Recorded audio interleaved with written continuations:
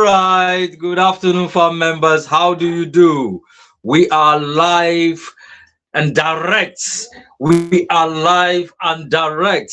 Good to have you here. It is another beautiful moment to be here. And I tell you, today being Monday, it has been a great day so far. How has been your day, farm members? How has been your day? I believe you are having a great day the way some of us are having it. If you look at Dorcas's face, you know that Dorcas is having a nice day today. All right, look at her cap. She is looking very good with that cap. Oh yeah, now that is Mama Austin. Okay, now I like calling her Dorcas because I know I make her name disappear.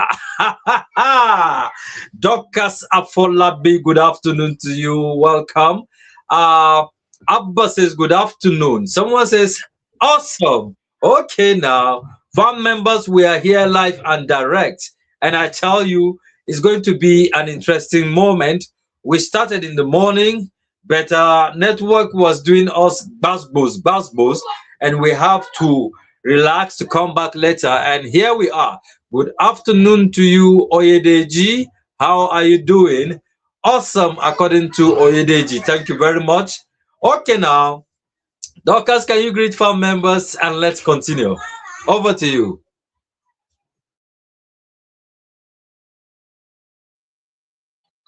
Yeah, good evening, family members.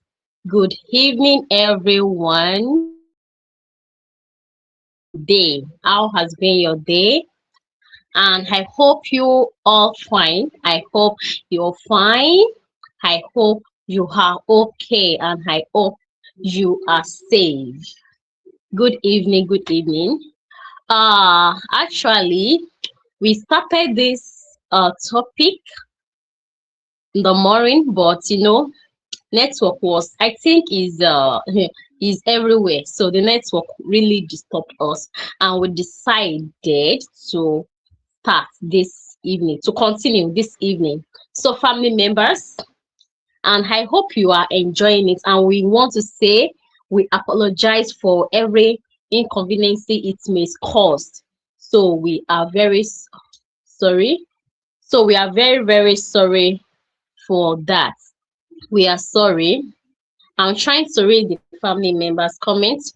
Royal Kausarat Romoke, good evening. How are you? I hope you are fine. How is Omi Adio this evening? Haba Abubakar, good evening, sir. How are you, Precious Gambo? Good evening, Precious Gambo. I hope you are fine, Precious Gambo. Oluwa, sorry. Uh, Oluwabumi, thank you for joining us again. We need that. Thank you very much. Hakimbayo Moreni KGL, thank you for welcoming us back. Thank you for that. Uh, James, thank you. You are welcome, James. How are you doing this evening? James, I hope you are fine. Tofumi Oyedeji, Tofumi, how are you? How has been your day? I hope your day is moving fine. So family continue.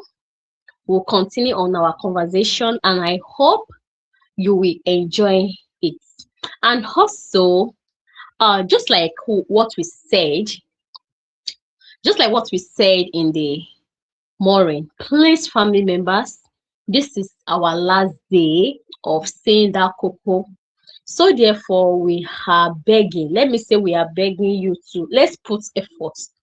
Let's put effort, because the life we did in the morning didn't end. So please, family members, let's put effort and let's try our best. Let's try our best. Actually, we can't even say this is what happened, because it has not been encouraging at all. We don't know what happened. Maybe it's Facebook. We don't know. But the thing is not even adding up at all. So family members, but let's try our own best. Let's try our own best. Let's have that determination that we can do it. So anytime you just see that cocoa, I beg, watch. Another thing is that, to make other people's joy, all you have to do is to share. Make sure you share to your own page, to WhatsApp, any WhatsApp group you belong. Make sure you share to your Facebook friends, Telegram, share anyhow you can share, just share it. Let people know that, yeah, we are live.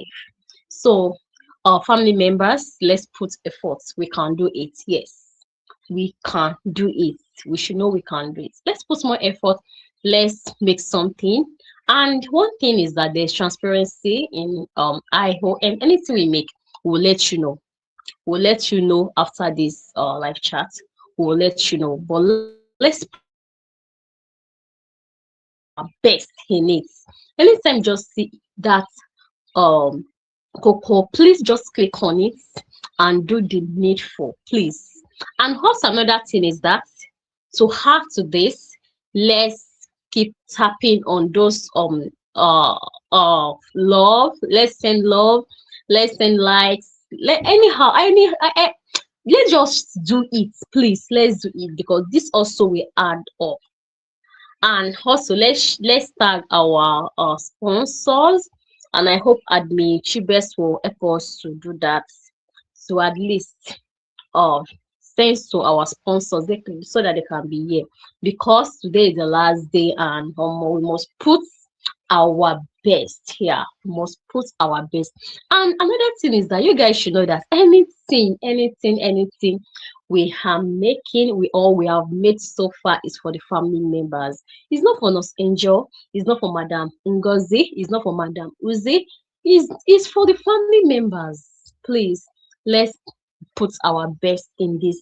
Let's have that determination that we must make it. At least we must make what we have never made before. We can do that. Yes, we can do it. So family members, let's put in our best. Just be tapping, tap, tap, tap, tap. When you are tapping, anytime you see any cocoa,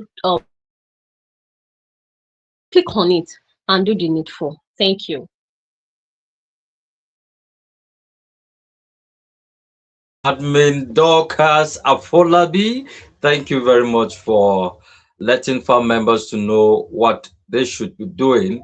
Being today being the last day for us to uh, break the cocoa and drink the cocoa the way it should be.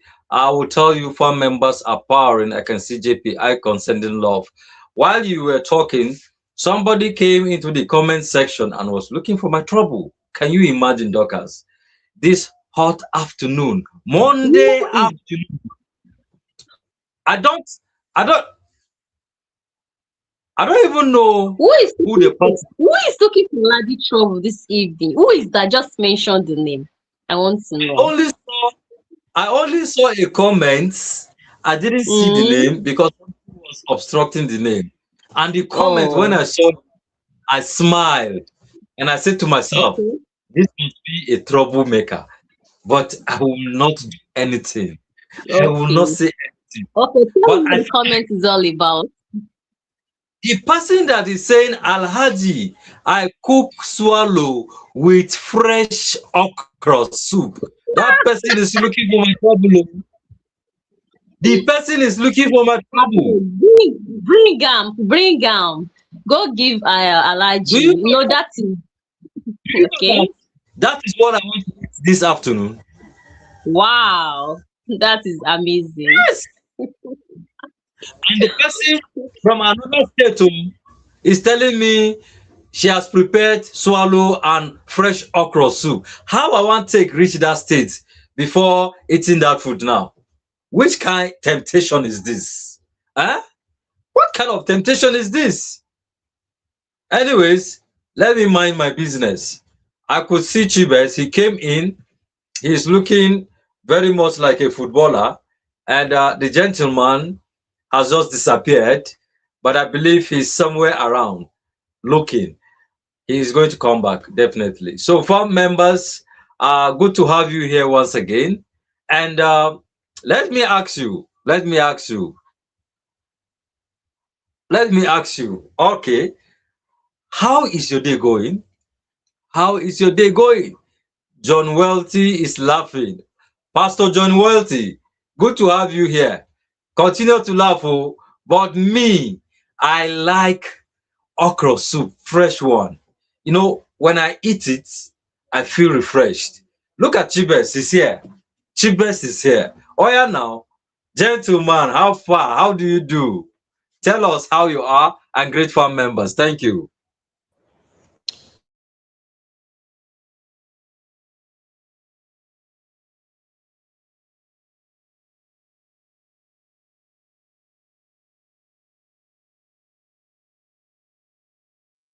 Shivers, please, you have to unmute. We can't hear you.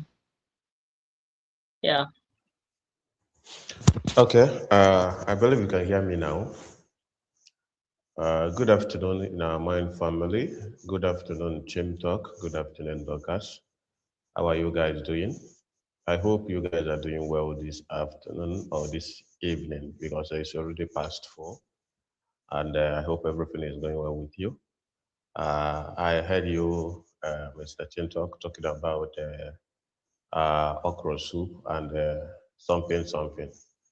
And I was just smiling because anywhere you hear there is food or you smell there is food, you always like to follow that way. That is the only thing that I love and you know how to do. But that is very interesting because it's good to eat food, but don't eat too much. The one will go give you belly like a woman. So that is it. And I'm happy that we are here again to also continue our discussion on the pressing issue and what has been ongoing in Nigeria for a very long time now. Because this is not something that started today. It's something that started since more than a decade. Yeah, more than 10, 20 years now. More than what is 10 years? It's more than 20 years since 2000 till today. It has been happening, and we keep asking question: Who will pay this debt? Who will pay this debt? But you see, since then, things has been changing and things have been becoming more unbearable and hard for the citizen. And that is why Nigeria today is regarded as one of the most poorest country in the world, according to people eating 3 square meals in a day. A lot of families today are not eating 3 square meals because of the hardship in the country that comes and combine are connected with the borrowing by our government. And the most painful part of it, which the citizens ask, is where is this money going? Because we understand that each time they borrow money, they say, is this for a major project? But you, most of the times, this project is not accounted for. Nobody know how this money is managed. Nobody know how this money is being utilized. And that became another problem, which we try to find out to know why are they continuing with this project when it's not even giving us what we want, and which continue to bring hardship, untransparency, unaccountability, and a lot of corruption issues. But today, we want to also discuss how this then affect our country, how it affect our economy, and also what the citizens have to do and their role to play in this particular thing that is happening. So thank you for that. We'll continue to power. Family members, please, today is the last day according to the power and the cook of self, but we know that Mark will also give us another strategy of how we will make money together. We already started making the money and we'll continue to make the money. But today is the last day for the one that we have. So please engage. Please do the needful. Please tag your friends and also use this opportunity to also share the live video. Please share it once again. If you have shared before, please share it again. That is a plea from the admin team and also for In Our Mind Foundation. Tag your friends to come and enjoy the live video because with your voice, we will be exposing a lot and also you will join us to contribute and make this engaging. So share, like, love, give us thumbs up. The much more you engage, the more you see the cocoa. So for people that have not seen it, it shows that you are not powering. Everybody that is powering is already seeing it. So let's power together and let's make much more today as little as we can. Thank you. Yeah. All right. Thank you, Mr. Chibest, for that powerful greeting. It was also a powerful speech. You know, there's this particular person, whenever you talk, the person will say, uh, our president in the making. I don't know if you've taken notice of that comment, but I cannot remember the name of the person. Maybe the next time the person makes such a comment, I will fish out the name and I will tell you who the person is. Yes, I love enjoying your voice. And somebody said, Chibes, your bass voice is blocking my air. I don't know if the person is using an earpiece or something, but honestly, uh, we all have sonorous voice, and when you hear it in the speaker, it is like doom, doom, doom. And one thing you are not doing is you are not even using the voice where it's supposed to be used. That is in the bass part of the choir. Yes, so Chief Best, maybe we'll start a choir here at the IOM so that you will be singing bars for us. Yesterday I had Chichi Fidel singing bars when the song was going on, and I said, "Whoa, we have people that can as well join her to sing the bars." Chibes can also add his sonorous voice to it, you know. So, for members, I would say today has been a great day, and like Chibes has said, we are discussing something very important to us as citizens in Nigeria, and this discussion pertains you, pertains me, concerns me, concerns every well-meaning Nigeria. And at this juncture, I would say we're going to continue with the discussion. Mind you, we have been talking about uh, debts that the government, I mean, loans rather, that the government take to make use of. And these loans, they are being taken in the name of Nigeria. And you know, we are all Nigerians. Mind you, the people in power, they didn't get into power because they choose to. It is because we allowed them to. It is because we permitted them to through the voting process. And there are other people, it's as a result of appointment that they got there. And yet, other people, it's as a result of employment they got to that place. That's why you find them managing our resources and other things that pertains Nigeria being a sovereign state. And this discussion pertains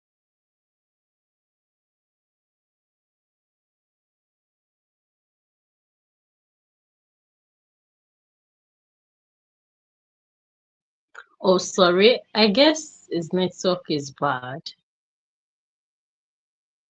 Sorry for that. Admichibes, can you please carry on? Okay, we are talking about the country, how the borrowing has affected so much in terms of our economy and things that we are doing. And we are also talking about first question we have if the country has borrowed a lot. And I will tell you that most of people think that the country is actually borrowing a lot, and some also say that yes, we have to borrow because it's something that we can do. But I think we have already arrived to somewhere for some certain question that we ask, which we are able to give our own opinion and which comes about. I believe the first question we ask is, do you believe that Nigeria is blowing too much? And we have answered that question. And also, we also ask, have you benefited from any project funded by this borrowing? And a lot of us are even confused about talking about if we have benefited from a project that connected with this borrowing. And that is to tell you that we don't even know what these guys are doing with this borrowing that they are doing, but we will continue to make sure that we do the needful. Yeah. So the question I think, is we are on this question: should loan agreement be made public? That is where we are before the network say we should shut up and go and rest. And that is why we will have to go and rest to come back now more energetic and more powerful. And I believe that the family members are also more energetic to give it to us back to back. Please comment, comment, comment, comment. Keep your comment flying and keep it flying. So that is it. Chintok and Dokash, I want to throw the question to you in as much I throw it to the family members. That is the last question we asked. But I would like you to talk about it. I would like Dorcas to talk about it. Why we also, if possible, we see the comments of the family members, we will also read it out. And the question is, and the question is, should loan agreement be made public? Because people have already said, we don't know how we will pay back this loan, because it seems like we are borrowing to pay what we have borrowed for. A lot of people have said that, and people are even afraid that they don't even know the conditions that they give us before we even borrow this money. You get it? And now I ask you, should these conditions, should this agreement be made public even before they borrow or after they borrow, so that the citizens will know what they will face in the nearby future? Because as I said before, there is a country in Africa today that almost half of it is being owned by China. You get it? China is the one that is managing it. I don't know if that is what we will face. Maybe it may not be China. It may be another country by this time. Maybe another country. We don't know, that will come and say, Chintok, some of this country, maybe it's where you reside. Is there some of this side your side is owned by us, and we have to be managing it in as much that they want to use task to finish us. Because people also complain about that when these guys are growing, we citizens are now paying back the money as task. And that is why a common man today, you see that they want to use tax to dealt with you. And this continues to be an alarming issue. And that is why I ask you today, should this agreement be made public so that at least the citizens will know what the protocols in the agreements, and people will know the requirements, and at least maybe we have to start preparing our mind to what we will face in a nearby future should this make public. Shin talk after you, Douglas. Yeah. Okay, Chibes, thank you very much. I believe you can hear me. All right. I was actually answering that question when the network developed issue. Like I said, making it public will help the government to also reduce pressure that will come on her, and it will help to make the people see the government as a transparent government. If they bring this issue to the public will be aware of the conditions given, and also the public can bring suggestions or make recommendations of how to approach the issue of the collection of the loan in case there's a need to advise the government on some of the conditions that may be at the detriment of the country and its citizens. People will be out there to give their own advice. We know that the president has advisors on whatever issues that concerns Nigeria. And also, he has ministers that help him to do some of the tasks he is supposed to do as the president. But that's not enough.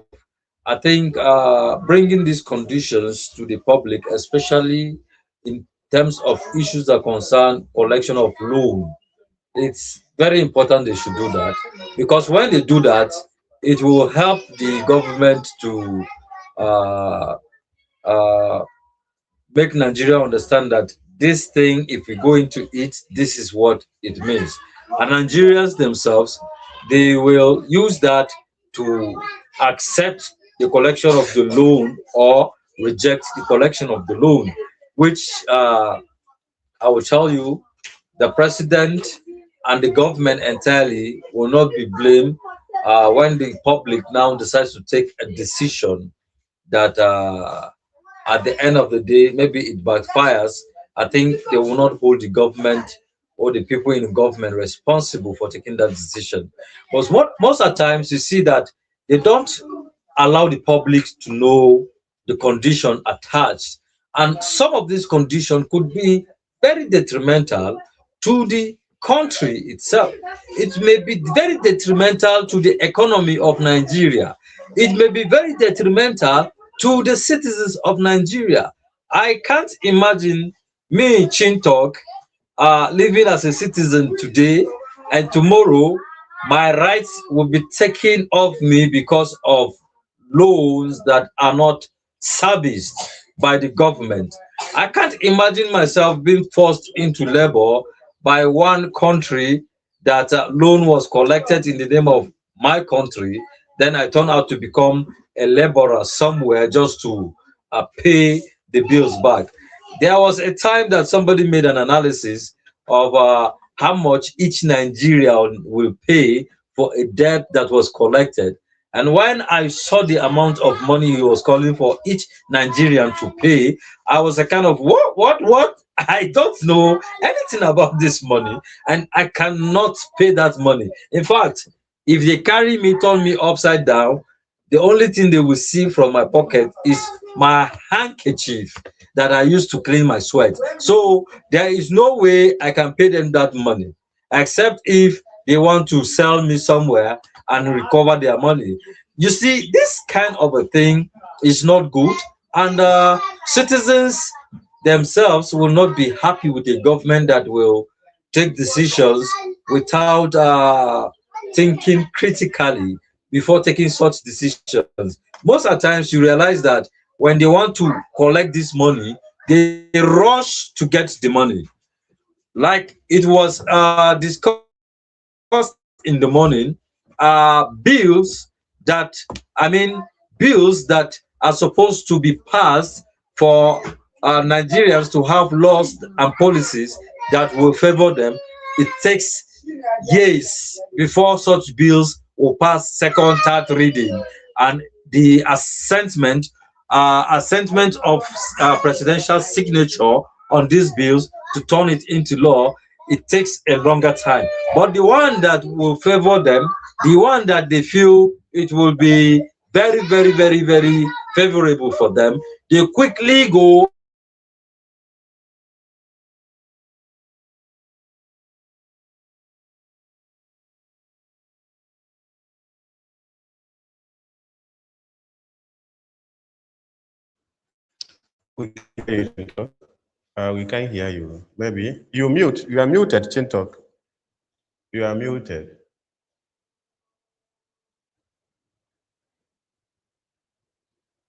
I believe it's your network. It's your network. Okay. Chintok have said a lot, which is what a lot of us are thinking. What about you, Dorcas? What do you have to say about this particular question? If the agreement on the loan should be made public so that, Nigerians will know what it entails. I wanted to say in our mind, family members. Yeah, Continue. thank you, Shubist. Thank you. See, one of the problems we are having in Nigeria is there is no transparency. There is no transparency. Hmm.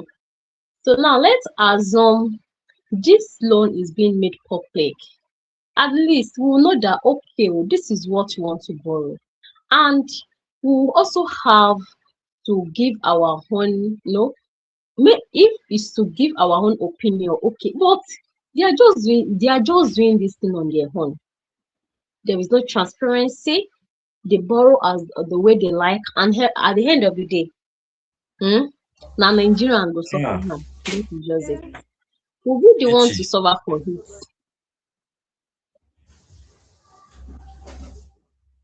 Can't you hear me? We can hear you. Chin talk, you can mute, please. Okay. So so we will be the one to suffer for it. Let's assume this thing is open to the public. At least we will know that okay, oh, this is what they are using the loans for. And even the loan they are collecting, we don't know. We don't know what they are using it for.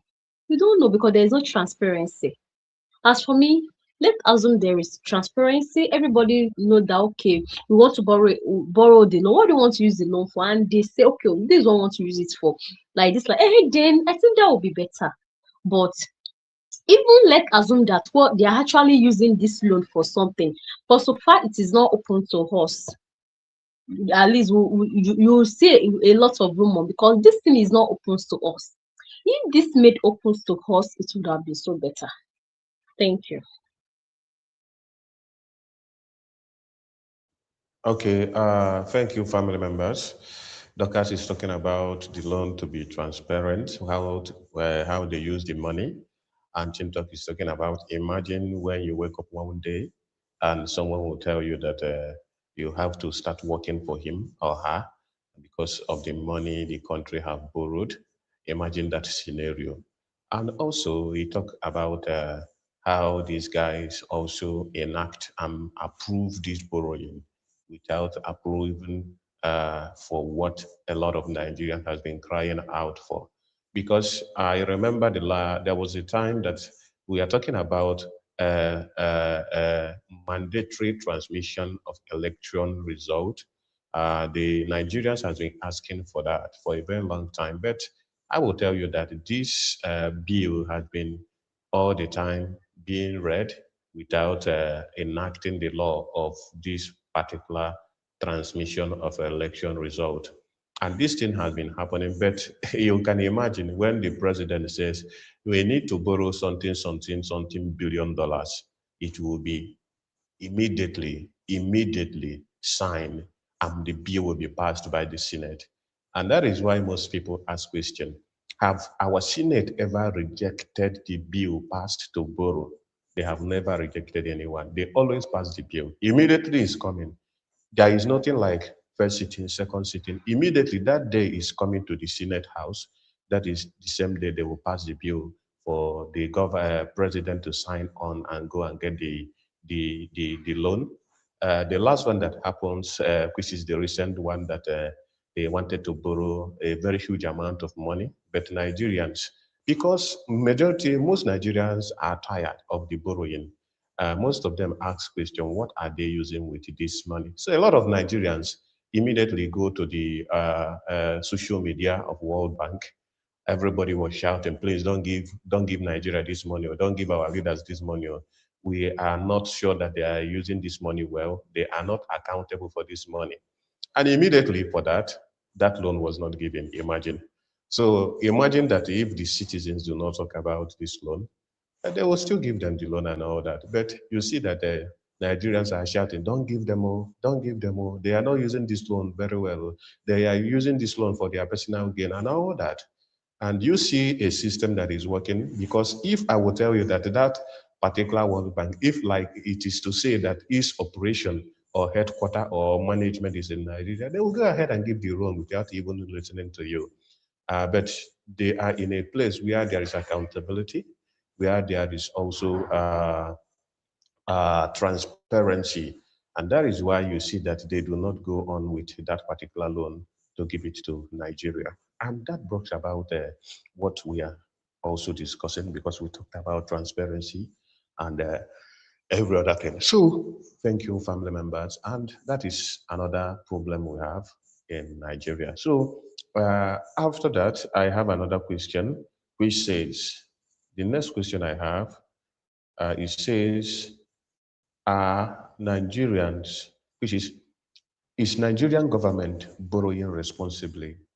Is Nigerian government borrowing responsibly? Are they borrowing responsibly, or they are just borrowing without nothing to account for? Because I believe that if they have been doing it well, and if they have been borrowing well, and they are meeting up to the, I'm sorry for that, and they have been meeting up with, let me just rush the question, and they have been meeting up with what they have to say or do you think that the citizens will be saying that they should not borrow again? So my question is, Nigerian government, or is Nigerian government borrowing resp- responsibly? Continue, Chintok, please. Yeah, thank you. My network was actually disturbing. Yeah, I had your question, cheapest, and if Nigerian government is borrowing responsibly, for me, I would say the rate of borrowing is alarming, and for me, I would say it is it is not a borrowing that is done carefully, because you realize that in a year they may be borrowing like 2 or 3 times or even more, which is not encouraging. I begin to wonder if we actually are generating anything in the country in terms of revenue that we cannot use from the revenue we are generating to uh, invest in our country, that we will borrow 1 time, 2 times, 3 times in a year. It becomes disturbing. It shows a level of incompetence on the part of the government. It shows the level of inability to uh, put the system in such a way that it will generate revenue. If we have a working system, I expect that the economy should be managed in such a way that money will be coming in, and we'll have enough to manage the affairs of the country, be it a capital project or other projects that are not capital projects in the country. So the rate of collection of loan is alarming, and I would say it is, for me, it is collected irresponsibly. Looking at the fact that when this money or when this loan is given, they always find a way to um, get part of the loan to use for their personal selves, which is not encouraging at all.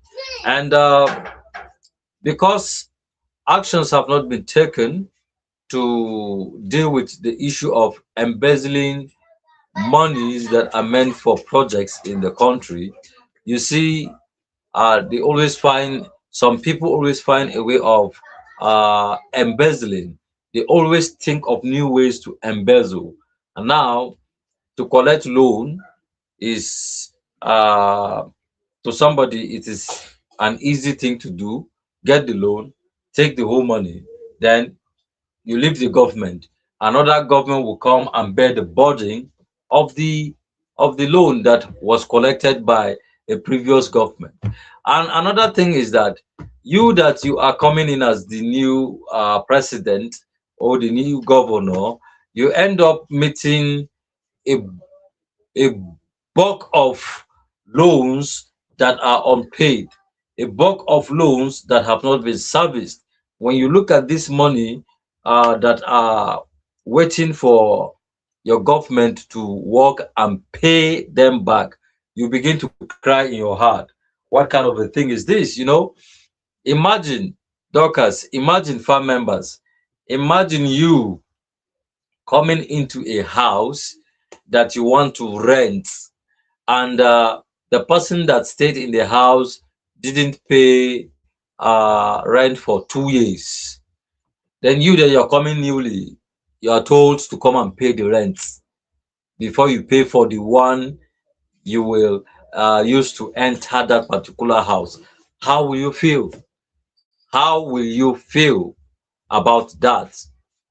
Coming to pay a rent that somebody was supposed to pay. How will you feel about that?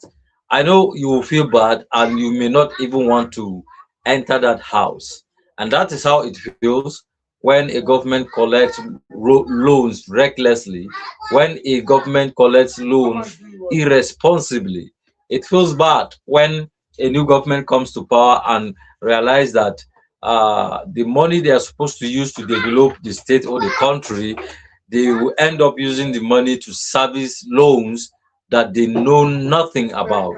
If you go to the happenings in Nigeria in previous years, Nigeria was owing several institutions and countries, but something happened during President Olusegun Obasanjo's era, where he followed these institutions and some of these countries and pleaded with them for the loans to be written off.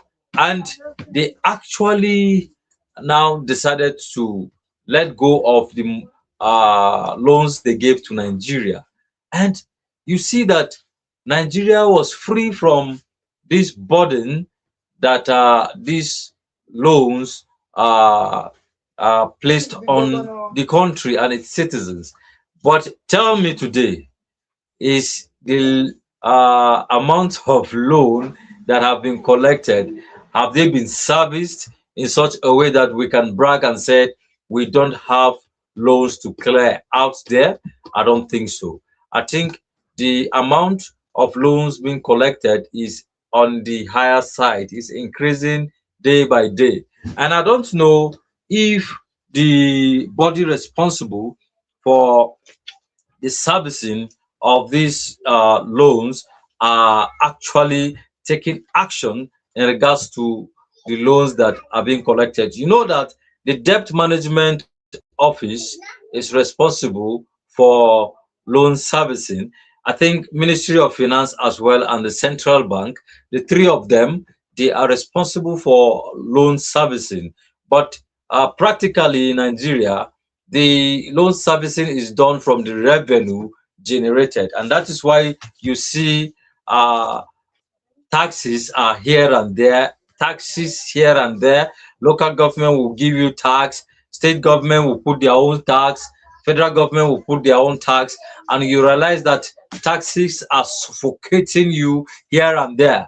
You look left, it's tax. You look right, it's tax. You look your front, taxes are facing you. When your salary comes, I have a friend that works with government, and he told me that their salary, his salary, his salary doesn't have a specific amount that comes to his account every month.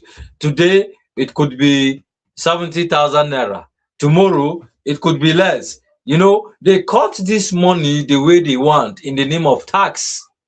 So the guy doesn't even know his salary. He doesn't know his actual salary. And I asked him, "Are you sure?" He said, "That is how they do. You work and you just wait for whatever amount that touches your account. So if you see 30,000 naira tomorrow, that's your salary for that month." And I begin to imagine what is the government doing about this kind of a thing? Somebody will sit down in his office and is cutting people's money in the name of tax, and nothing is being done. Come on, come on. So you see, the collection of this tax, this loan, it is done recklessly, such that uh, at the end of the day, the number of taxes we may be having on everything we are consuming, it will be alarming. The data we are consuming today to come live, I think there has been increment in the amount or price of data, and that was because of tax. So tax here, tax there. I pray they wouldn't tax the air we breathing in because that would be very terrible. Thank you, Chivest. And sorry about your is your nose running? When I had running nose, I expect to see nose on the ground running. Ah, sorry about that. Actually, actually, I will tell you that what you just did now is actually funny. Talking about if we will start paying for the air, but you mean we are already paying for it. As a Nigerian, you are already paying for the air you breathe because almost practically everything you use in this particular country, you paid for it without even accounting for it, them accounting for it. You see that if you can pay for everything you used, what again are you paying for? Is it not the living that pays the task? It is the living. If you are dead, you won't pay for it. So you practically pay for living and breathing in Nigeria. And that comes with a lot of things. If you send a message, even small lines of message will send problem. Is it data? People today complain about data. I remember when if you when a T-Salad give you 15 gig, you use that 15 gig for the whole time. It will not elapse. But this time around, you will have a lot of gigs, 2500, this thing, piam, piam, piam, it disappear like a flash. You will be asking yourself question, is there that I am using this data with someone else? Or haven't you asked yourself that question? Is it that this data that I bought, there are many of us using it? Some people will go extra mile to call MTN and or in Airtel and say, I bought data so and so. What happened? They will tell you, your data has finished. You used your data, and nothing you will say about it. And you see these things happening every day. Are we talking about transfer? There is no transfer you do today that they will not take task from you. I will tell you that I have been seeing Shige because each day I paid in our my family members. Ha, money they come out to, you get it. And seriously, it's not funny. That is why, Dorcas, what do you think about this particular thing we are talking? Are or is the government, are they borrowing responsibly or they are just borrowing lavishly for their personal gain?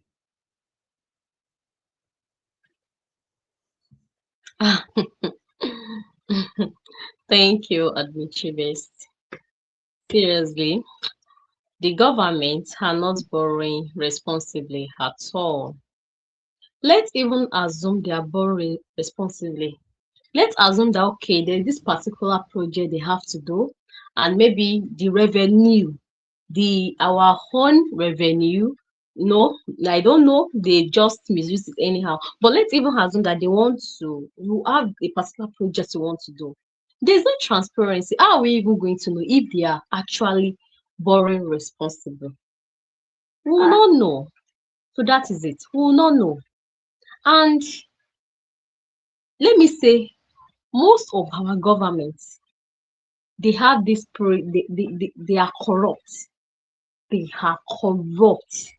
And most of this money they are borrowing is there for personal use. They use it to for their own personal thing and not for something that can benefit the citizen.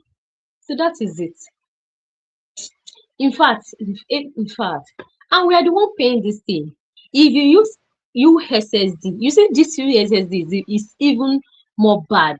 If you use USSD, maybe you use all these bank, you use USSD code, you will transfer money.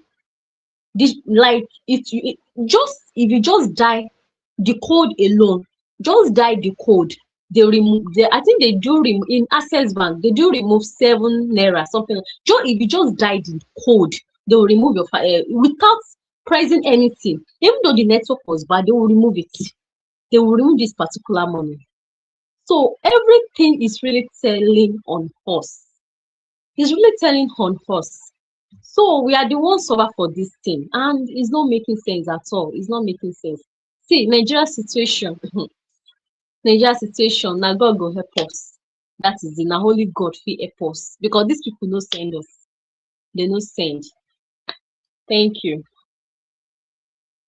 Okay, okay. I can rephrase that thing you said. Now God go help us because these people no send us. It should be a music. Now God go help us because these people no send us. Actually, it's a very catchy phrase to say. I will tell you. And seriously, now God go save us. These people don't send us. I believe that we are the one that gave these people right not to send us because if you understand that every electoral period, these people started to beg, these people started to be humble, these people started to be gentlemen and women. They are not tigers again. They are not far from their constituencies again. These people now come back to the grassroots to associate with us. So I think the honor is on us to do the needful. If we notice that these guys are not doing the needful, when they come at that particular time they need us most, we should also let them know that they are not doing the needful by making sure they do not get that which they are always coming to get. It's time we select or elect the people that are competent, which will give us the accountability, the transparency, and the openness that we want. And on that note, I will ask the next question, which says, should there be limit on how much government can borrow?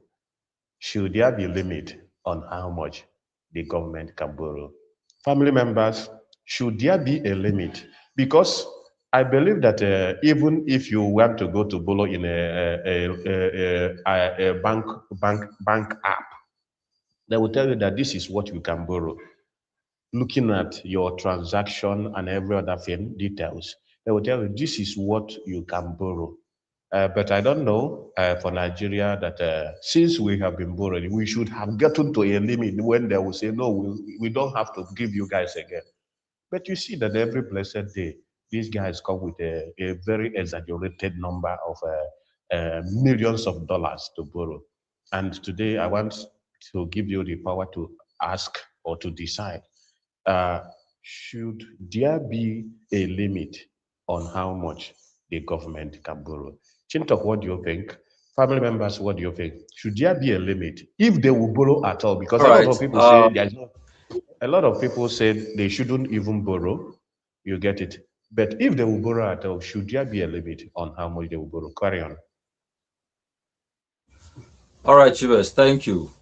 Um, being a business student and my knowledge on marketing, I know that as a business owner, you do business and you give credit. You give things on credit to customers. But when giving credit, you are also supposed to look at a customer that is credit worthy before you give credit. You don't give credit to just any customer. That is one thing I know as a business student. And also, there's what is called risk. As a business person, you take risk. The risk you take depends on your ability to manage the risk. So, anyone that wants to collect a loan will go to someone that gives loan, and whoever is giving loan is a business person. To me, is a business person because loan, it is not a money given out for you to return the same amount. You want to make profits. So when you give out loan, you expect the people that collect this loan to bring it back with some profit. That makes you a business owner. And so also, uh, they will check the level of, they will check your worthiness and know the kind of loan or the amount of loan to be given to you. If I wake up today, Chibest, and I go to central bank to get a loan from central bank will look at my account and they will look at my worth. If I want to collect a loan of 3 billion naira, and Dangote also is there to collect the loan of 3 billion naira, who do you think will get the loan? It will definitely be Dangote because he has the means of paying for this loan that he collects. While in my own case, I don't have the means to collect this loan, and therefore Dangote takes the loan because he has the capability to service this loan. Now, looking at your question, I think, and I would say that there should be a limit of loan given to a country when it approaches the uh, World Bank, when it approaches whatever organization or country to get this loan. You can't continue to give loan to a country that is not even settling the ones it has collected previously. It can't happen like that. And so there should be limits to the loan that this country, especially Nigeria, apply for. The world should be able to know that, okay, do a background check and know if they have successfully serviced the loans they have collected previously on time, if they are able to settle those loans they collected on time, so that it will determine what the decision uh, will be, that is to give them further loans or not. So for me, there should be a limit to the amount of loan they should collect, especially in our laws. We should try to find a way to have a limit. Laws, they are there to guide us. They are there to help us form policies for the country, and for policies for the citizens. And when these laws are there, I think it will also help to uh, reduce the power of the executive, for the power of executive that allows them to approach whatever institution to get loans.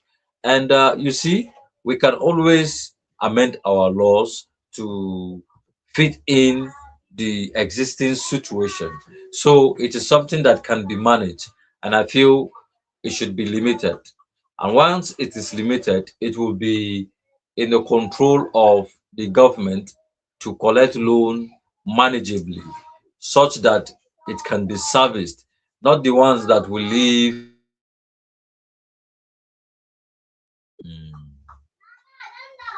Yes, not the ones that will leave burden for the subsequent government that will come into power.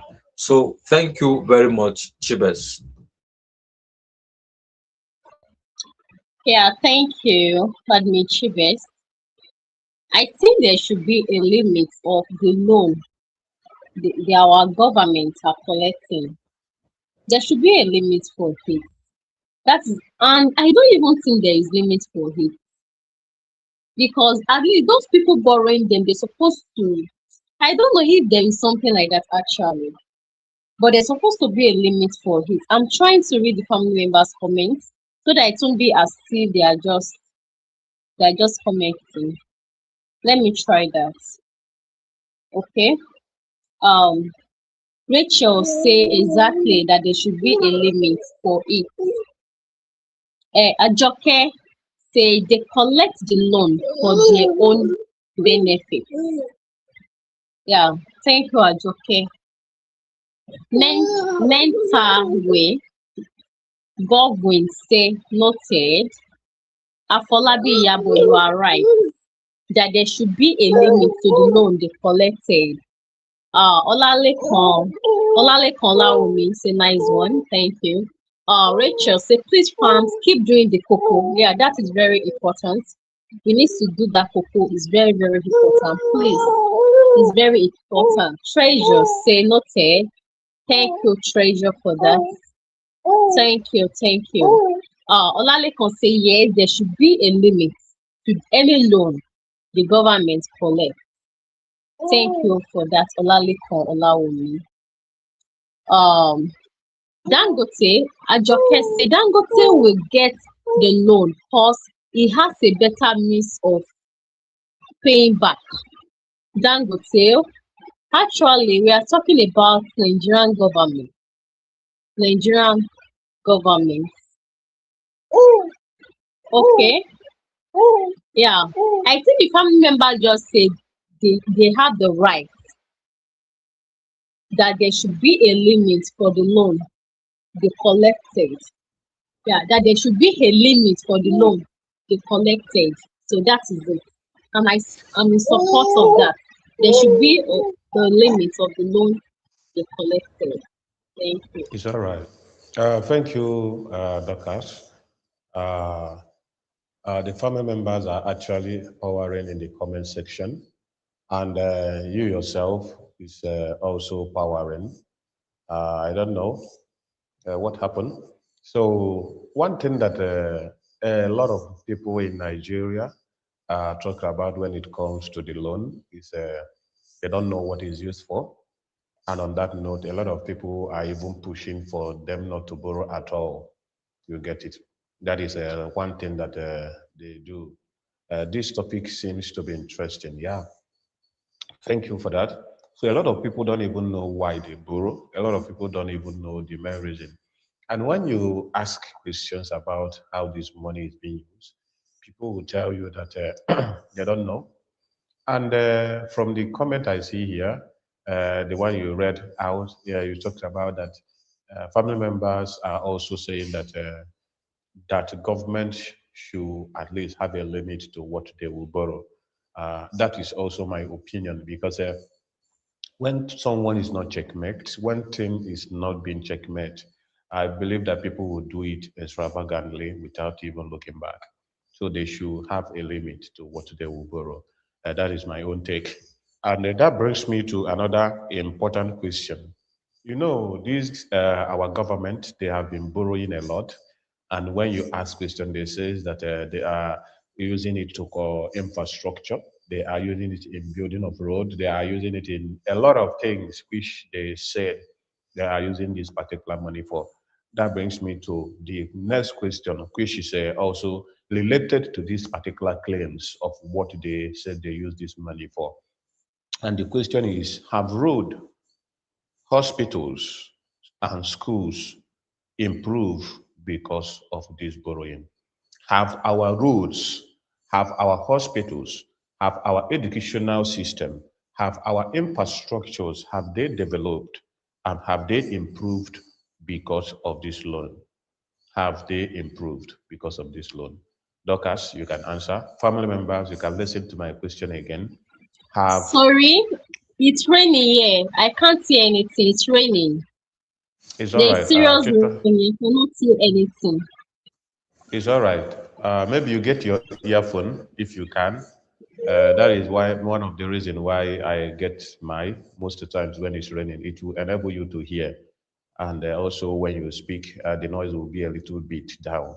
So that is it. So the question is, a lot of us are crying because each time they say they are borrowing for capital project. They are borrowing for capital project. Some of this project is what I will tell you that they don't even finish. Some of them is what they use inferior materials to build, which deteriorates within some space of years. Some of them even within that particular period they are building it. If there is rainfall, you see it, it will watch over. It's in Nigeria that I've heard that there is what is called China Road. China Road. China Road. That is in Nigeria. And when they say China Road, don't think that it's a road made in China. It's a road that within 3 months, You know the don't, you know the don't boy, bata, bata. So that is in Nigeria, and these are some of the projects they told us that they use this particular money they borrowed for.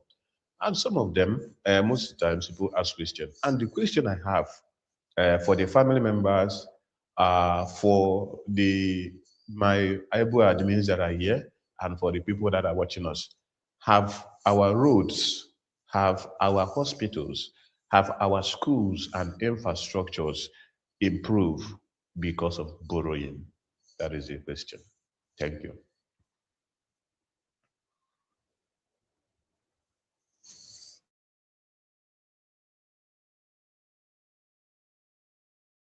Uh, I don't know if you can hear me, Chibest. All right, thank you. When you were asking the question, I was smiling here.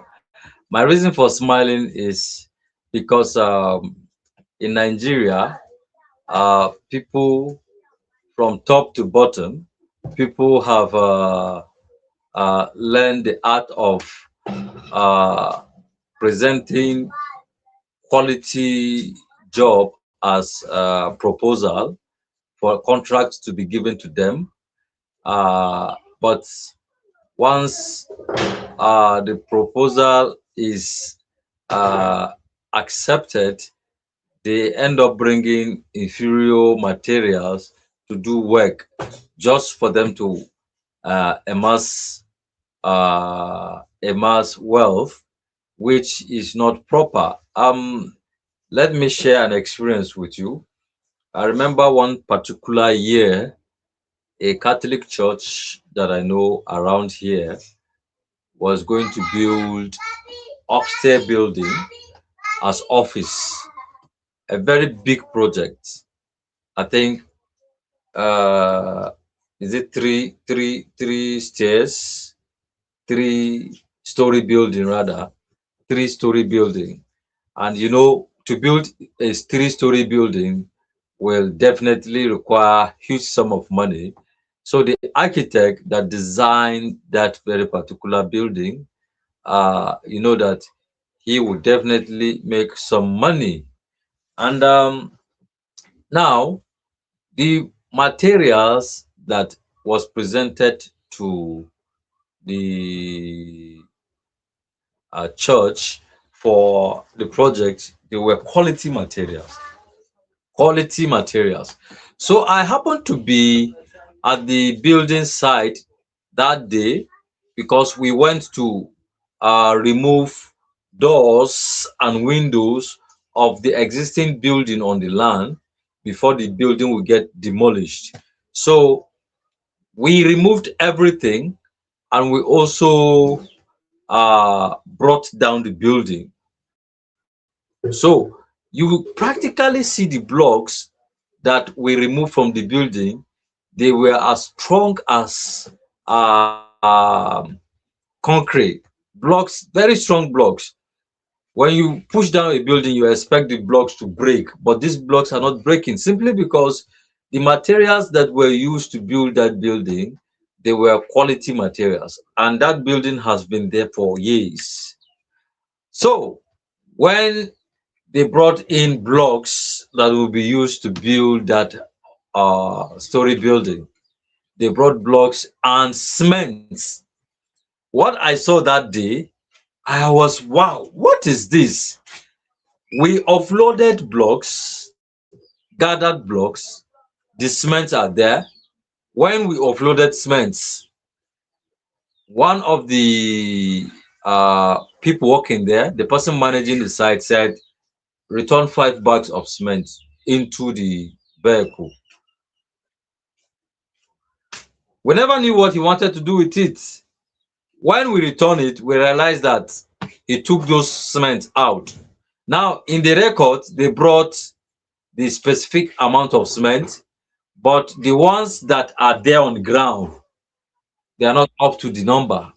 That was a very, very, very terrible thing to do, especially in a in an environment that it is called a church. Now, When the Reverend Father came out, Chibes, he saw the blocks. What he did first, he went to the block, pushed one with his hand, with his finger. The block fell down and everything scattered. He took another one, held it up, he let it down, and the whole thing scattered.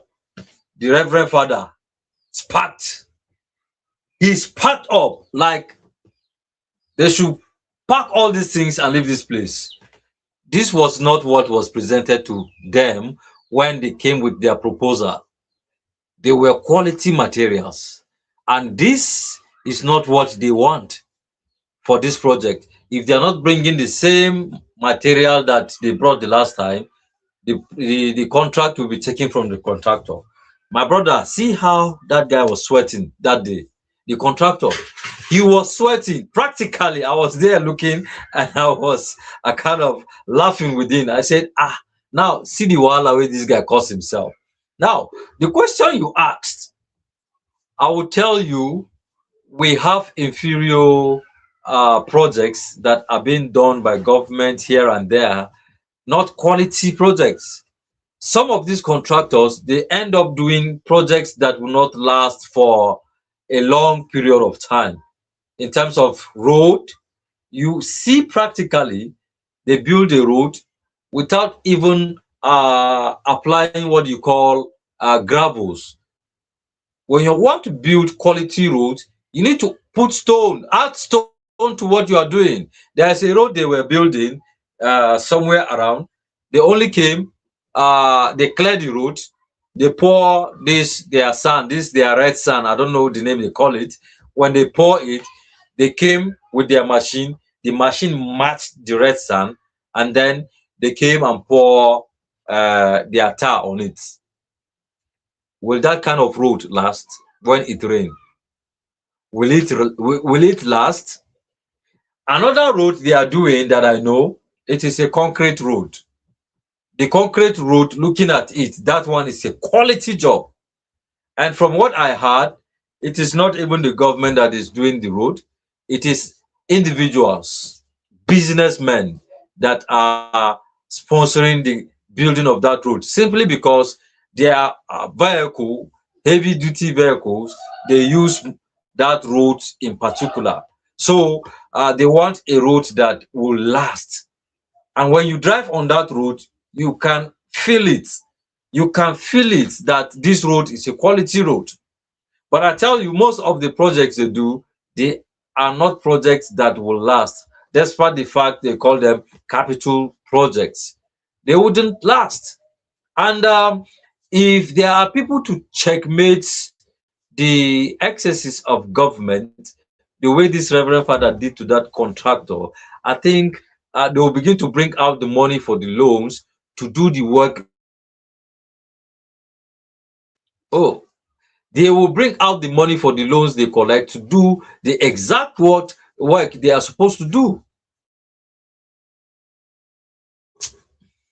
So, for me, for me, the loans they are not being used properly. God, my network is very bad. The monies are not used properly for what they are meant for. Thank you. It's all right. Well done, Engineer Ike. You are welcome. How are you doing today? We are discussing about borrowing of loan, if it's a necessity or a burden to Nigerians.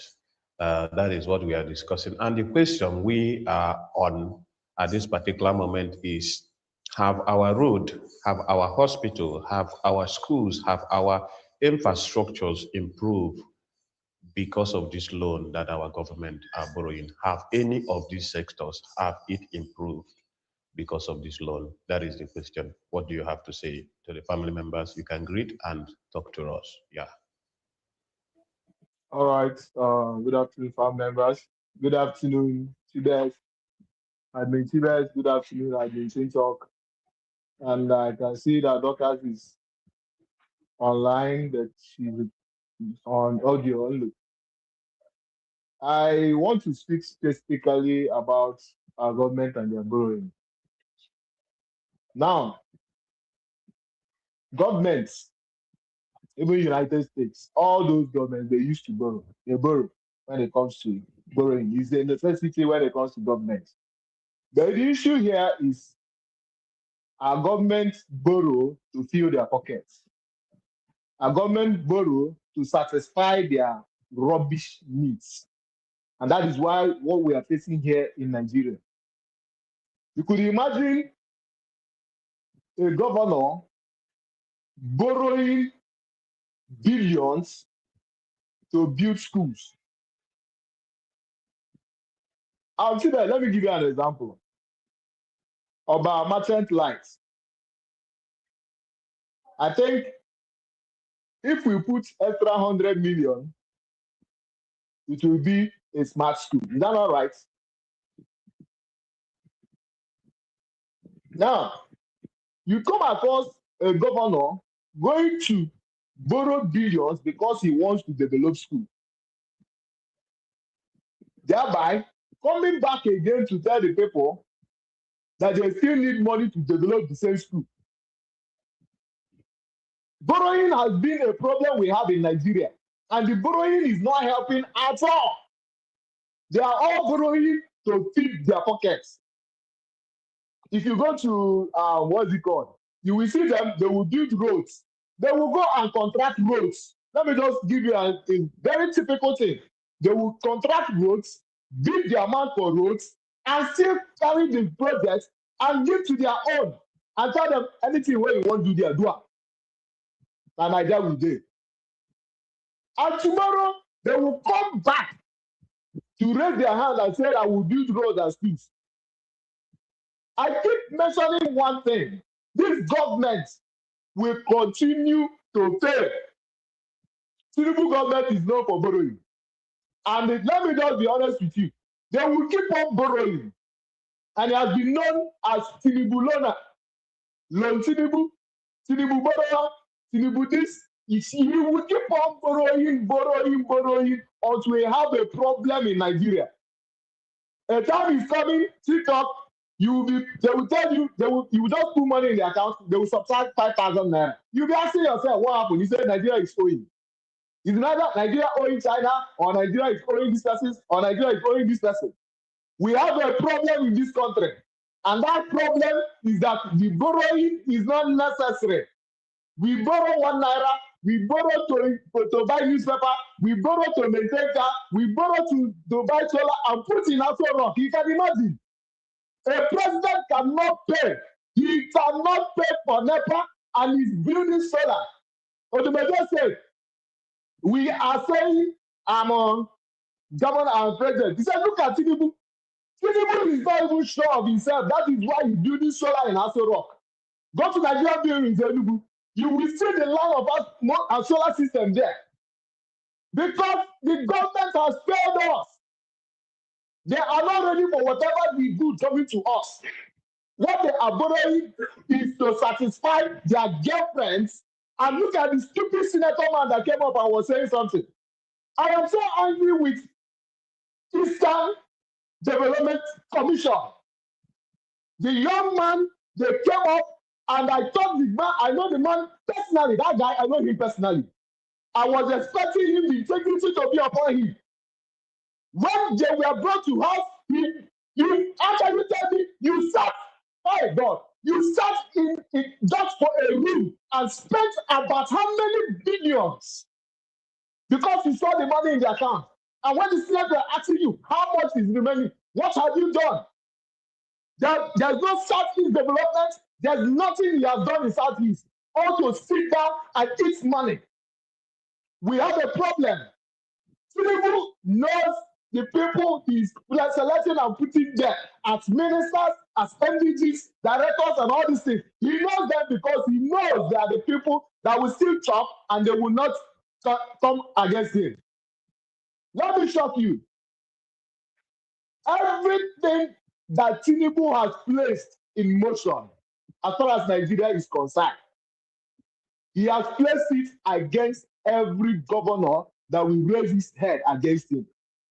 That is why he keep on increasing their security allowances. He keep on increasing their pocket, their girlfriend allowances, their wardrobe allowances, because he knows he's loving all of them to be stupid and following him foolishly. We are in a country that is, let me tell you, our first generation, second generation, third generation, and fourth generation, we keep on paying the debt that Tinubu borrowed. If we are looking at oil you know there again, no, crude oil has finished, and that is why Tinubu is borrowing money. Next thing will be called and said we have been that we have been colonized again because we cannot stand out as a country. It's quite an unfortunate thing. The borrowing Tinubu has killed us, and our government cannot work. The Tinubu government cannot work because he keeps on borrowing. Leave him in 100 years in this office, he will keep borrowing. He doesn't know what to do. He cannot do anything. All he knows is borrow, and that is what he's there to do. He's an absurd. That man, is quite unfortunate. I'm not campaigning for anybody. Every of them are thieves. All of them are roads. It's hard time Nigerians stand up to say no. We are saying youth. They say I'm a future. Which kind of future? Our future is now. Let them stop deceiving us and be telling us our future is tomorrow. Which tomorrow? Nigeria get tomorrow. Nigeria don't have tomorrow. What Nigeria have is earthquake, a time bomb. 90 people don't set for us. Please, let us, you cannot help us in fact. There's nothing to pay towards there. If the borrowing aspect has never helped any nation, it has, our own nation, it has not helped us. Look at refinery. They say they are building refinery. The refinery will be opened. The refinery is still there. They are telling you there's some crack they noticed. Imagine. Nigerian government, and they borrowed to build the refinery. You can imagine. They borrowed also. Look at CNG. They say they are acquiring from the federal government on this thing. Borrow, enter there too. Everywhere, borrow. Everywhere, borrow. Infrastructure, borrow. Newspaper, borrow. Another way they wear, borrow. Everything is borrowing. It's quite an unfortunate thing. Thank you. Engineer, I thank you for that. I will tell you that that is a very powerful word from you, which every one of us in Nigeria all have something to say. Everybody is angry because of the borrowing, because this is the only country that has borrowed to buy SUV cars to the senators, to a lot of people, the only country that borrows to buy car for the senators. And these senators do not even reject it. Imagine that rascality. That is to tell you how far we have gone in terms of impunity, in terms of corruption, in terms of a lot of things happening in this country. And when you look at it, you start to ask yourself question. Every day, the security bill to protect is being continued to be high. A lot of budget has been made, it continued to increase. But when you look at these things, you won't even see a single improvement. And as Engineer Ike says, it's so pathetic that one day we will live in this country and they will tell us that you are being colonized again. Even are we not colonized? We are talking about independent. Are we dependent? We are not. Someone that is borrowing is not dependent. What do you think about that?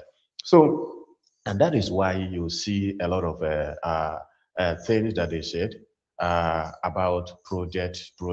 And when you look at this project, you start to ask yourself question, what are these people actually doing? You get it? Because they always do project incompletely.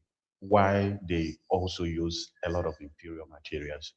Because I can remember when the Minister of Work, which is David Umai, was asked a question about how much was projected for the coastal road that they says that they have borrowed to build.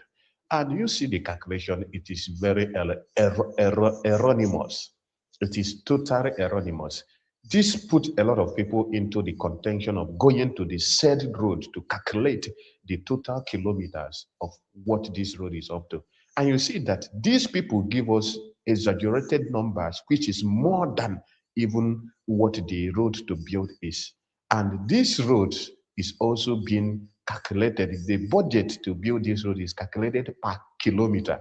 And when I told you that each to build a kilometer is 1 billion, you start to ask question, what are they using? Are they using rock to build a particular road?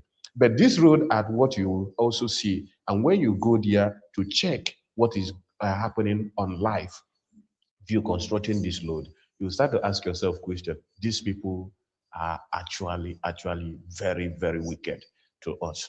And what Engineer Ike says about our governors, a lot of today, no governor can stand up to oppose the president because of what?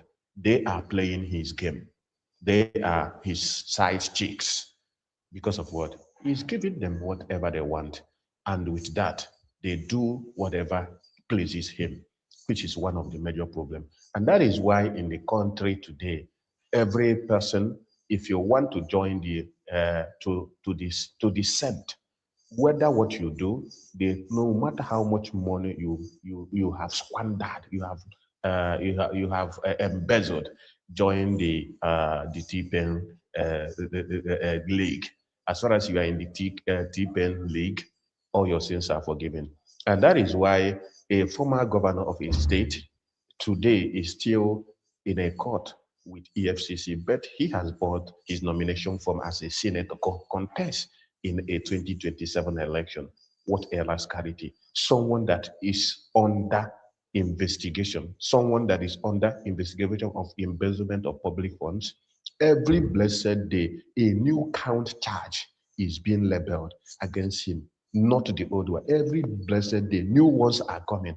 That this is not this amount again, it is this amount. It is not this amount, but this person have the motive, have the boldness to go and buy nomination form and telling you that he is the person that's supposed to be there. Someone that is one time already been a governor for 8 years cannot do anything. Now coming to be a senator, what will the person do? It's just about playing the game of their mindset. So I will tell you that this particular thing has been a worm. Borrowing has been a worm that is eating us up until we are finished. But as Engineer Ike says, we have to rise up to make sure that we go against these things. What do you have to say, Chintok, based on the what Engineer Ike did? Because his word is actually funny, but that is the simple truth. Every one of us is also thinking about it. There's nobody in Nigeria that I will tell you that is has a normal thinking or is not benefiting from this particular corruption and squandering of money, embezzlement of this money that doesn't have something to say about this particular government. And most of the times I said, these people, these people that are supporting this man, what do they have worm in their head? This particular government, these people that are, do they have worm in their head? But when you check it, you'll see that whoever that is benefiting from something will always back it up and tell you that that is the best for you to have because they are benefiting from it. And that is what is happening today. And I remember you said something about the Eastern something commission something. That is an ISO. But one thing you have to also understand is that a lot of politics is going in Nigeria, and we have to also look at it. Imagine for the first time, for the first time, a senator, which is Ojo Zokalo, stands so tall to say, "What is this? What is happening?" I was shocked. But we have to see to the end of what is happening. Are they playing mind game to us, or are they playing the game of hide and seek to us? That is Nigeria. You Let, have to know. let me shock The you. same. Let me, Yeah. yes, I will. let me shock you. I will. Okay. Do you know? Do you know that the case is gradually dying down? That is just I'm a coming there. flash. I'm Okay. coming there. I'm coming there. You see, that is when you will be funny. Are these people, how can you say, go back and tell us how much is there? Are these people telling us that there's something is going on? I myself, when this thing is happening, I was laughing. And there is one thing that came to my mind. I'm saying it here because I am saying my mind. One thing that came to my mind is, are these senators doing this because maybe this guy do not want to give them part of the share of the money? Do you get it now? Is there something that happened? Is there something that happened that this guy didn't want to give them part of the money? Which is also why the guy is being put in under threat. Because if you look at the guy said, give me time, let me do a well-detailed account. But you said, no, come now. They are now pressurizing him to come, whereby putting lighter under his nash so that the guy will be feel threatened. And I will tell you that if the guy is not if the guy is not strong, he will compromise by playing according to their rules, hereby going now to do what? Do the needful, the Nigerian way. The Nigerian way. This particular senator that last weeks ago was saying, give us accountable, we have to be accountable. This is the same senator that is opposing Adams Oshomori for pushing a motion of people that squandered and embezzled our 210 billion trillion naira to come out and tell us what is happening. This is somebody. Imagine that last 2 weeks you are telling us, come and give us account, come and give us account. This past few weeks you are telling us, Adam Soshomere, don't do this thing you are doing. Don't do this thing you are doing, because NMPC is where almost everyone in Nigeria is getting what they are eating. Senators, you imagine the two faces of these people. Today, you are pushing someone to give you account, and next day, someone is pushing another person to give us account and to be held accountable for what he did. But now you are opposing it and said, no, you have to retrace back. You have to retrace back. Imagine that kind of politicians we have, which always gives you that thought. Are these people actually truthful to themselves, not even to us? Because imagine that attitude. I was looking at and I was watching at it and I was very shameful. And I was like, is it not this the same man that yesterday was pushing, pushing, pushing? Today is pleading for nobody. Nobody should ever go to do what? To poke nose about 210 trillion naira. Imagine that radicality. Jim, talk what you have to say about this particular set of people that have become a worm to eat us up. I think that particular person you're talking about, he has been a very controversial person in the House of Assembly. And for me, that is a foot soldier of the leadership in the House of Assembly. He's a foot soldier of some cabals in the House of Assembly that always want things to go their own way.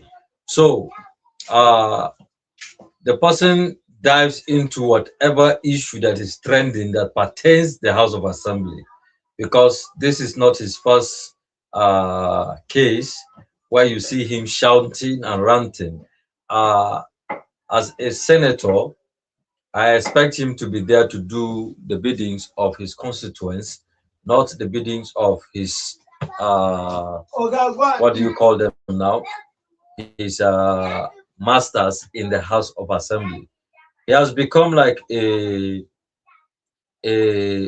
boy to some of them there that are cabals in the House of Assembly, and wherever there is anywhere they are being checkmated, they send that kind of a person there to go and rant and cause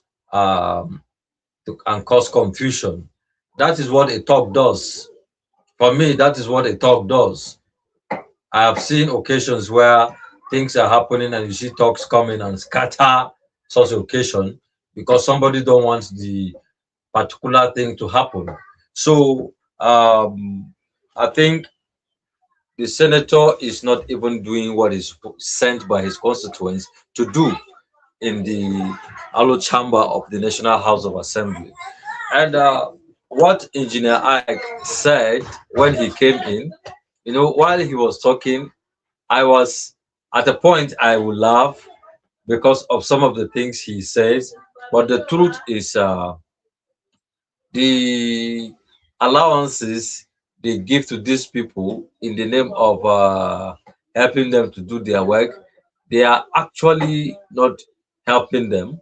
The senators and what have you, they are not helping them because uh, you realize somebody is not doing his work and yet he's taking huge sum of money home for doing what? For doing what? And when you brought up the issue of collecting loans to buy cars, juicy cars for these people, how many of them are using these cars? You should ask the question. How many of them are using these cars? It is it is a deal for me. It was a deal to get money and put into their pockets for them to do the bidding of whoever wants them to do his bidding. And so I heard that somebody actually spoke that he wouldn't collect the car. One of the legislators said he will not take the car. But at the end, he has to take the car. He has to take the car. And you see the amount of money they invest in each of the car. My brother, if they give us that money to invest in the business, I tell you, we will not go to anybody to ask for money till we leave this earth, because it is the money that will finance business that will be very profitable if we're able to manage it well. We can create new businesses using the ideas that, look, people have ideas, but they don't even have the resources to power these ideas into becoming reality. So for me, Engineer Ike is on track. And also, um, we have to open our eyes to the fact that things are happening. And when these people get to that place, they change.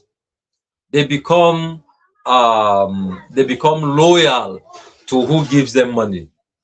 You that don't have anything to offer, they will not be loyal to you. Talking about the constituents now, they will never be loyal to you. Instead, they want you to be loyal to them. You that voted them into office. And when they get there, even the loyalty to the party, they wouldn't do that.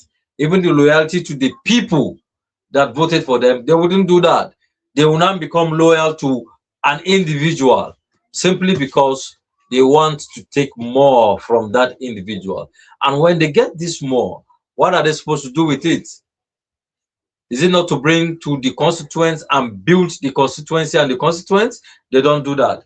They take these things, build themselves, build their family members and their girlfriends, like Mr. Engineer Ike said, allocation for girlfriends. And it happens. It happens. Honestly, it happens. And you begin to wonder if with this attitude we will succeed in this country. So for me, we really need a change in our mindsets, a change in our actions, a change in the approach we give to issues in this country. Positive change to be precise, so that we will have positive results when we begin to do these things. Thank you. It's all right. Thank you, Chintok. Thank you, Engineer Ike. It's actually interesting time discussing with you guys. Actually, this is what is happening in our society, not that we are exaggerating it. We are here to talk what is the fact. We are not here to talk down on anybody. We are here to make a statement so that the world and every other person that is watching should know what is happening in this country. Nobody is talking down or nobody is politicking for anybody and nobody is campaigning for anybody. We are here to make our voice being known. We are here to state the fact as matter of urgency. And that is why we said, get your PVC. A lot of people, as we continue to say this, do not even have their PVC yet. And that is why we continue to say, go and get your PVC. You want a better Nigeria, go and get your PVC. You want a better state which you are representing, go and get your PVC. You want a better officials, government official representing your constituency, go and get your PVC. This is a time for a better change, which every one of us has been crying for. They always tell us better Nigeria. Nigeria will be better tomorrow. Nigeria will be better tomorrow. And the youths are the leader of the world of tomorrow. But now we are calling for that better time now, not for tomorrow. That is why you have to go and get your PVC, which is very important. We have been talking about how embezzlement is going on and a lot of things, which brings me to the next question, which is, are there abandoned projects funded by loans in your area? Are there abandoned projects funded by loans in your area? This government, they always base their assertion, they always base their argument in terms of that they are doing a lot of works, a lot of work, a lot of projects. That why they borrow is because of project, and that is why they have to go and borrow to complete a project of buying cars to the senators and other top government officials. That one is also a project. Imagine that. To buy people that are getting their allowances, people that have been getting their salaries, and they have to also go to do what? Put a project of going to buy a loan just to give them SUV cars that worth millions, hundreds of millions for each person. That is what they do. Now the question is, and to the family members and Engineer Ike and Chintalk, are there abandoned projects funded by loans in your area? Thank you.